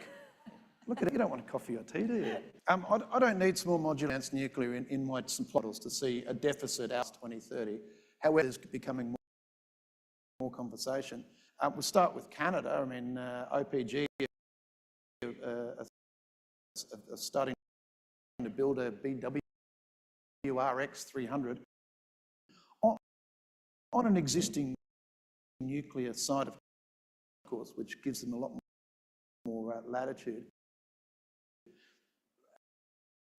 Is Canada going to win the race to be ex-China, the first small modular reactor, advanced nuclear? Yeah, they certainly want to. So on that topic of those reactors, they're working with GE Hitachi to deploy 3 of those modular reactors, and they're working on the legal and regulatory to deploy them, accelerate deployment. So certainly they want to be the leading nuclear technology.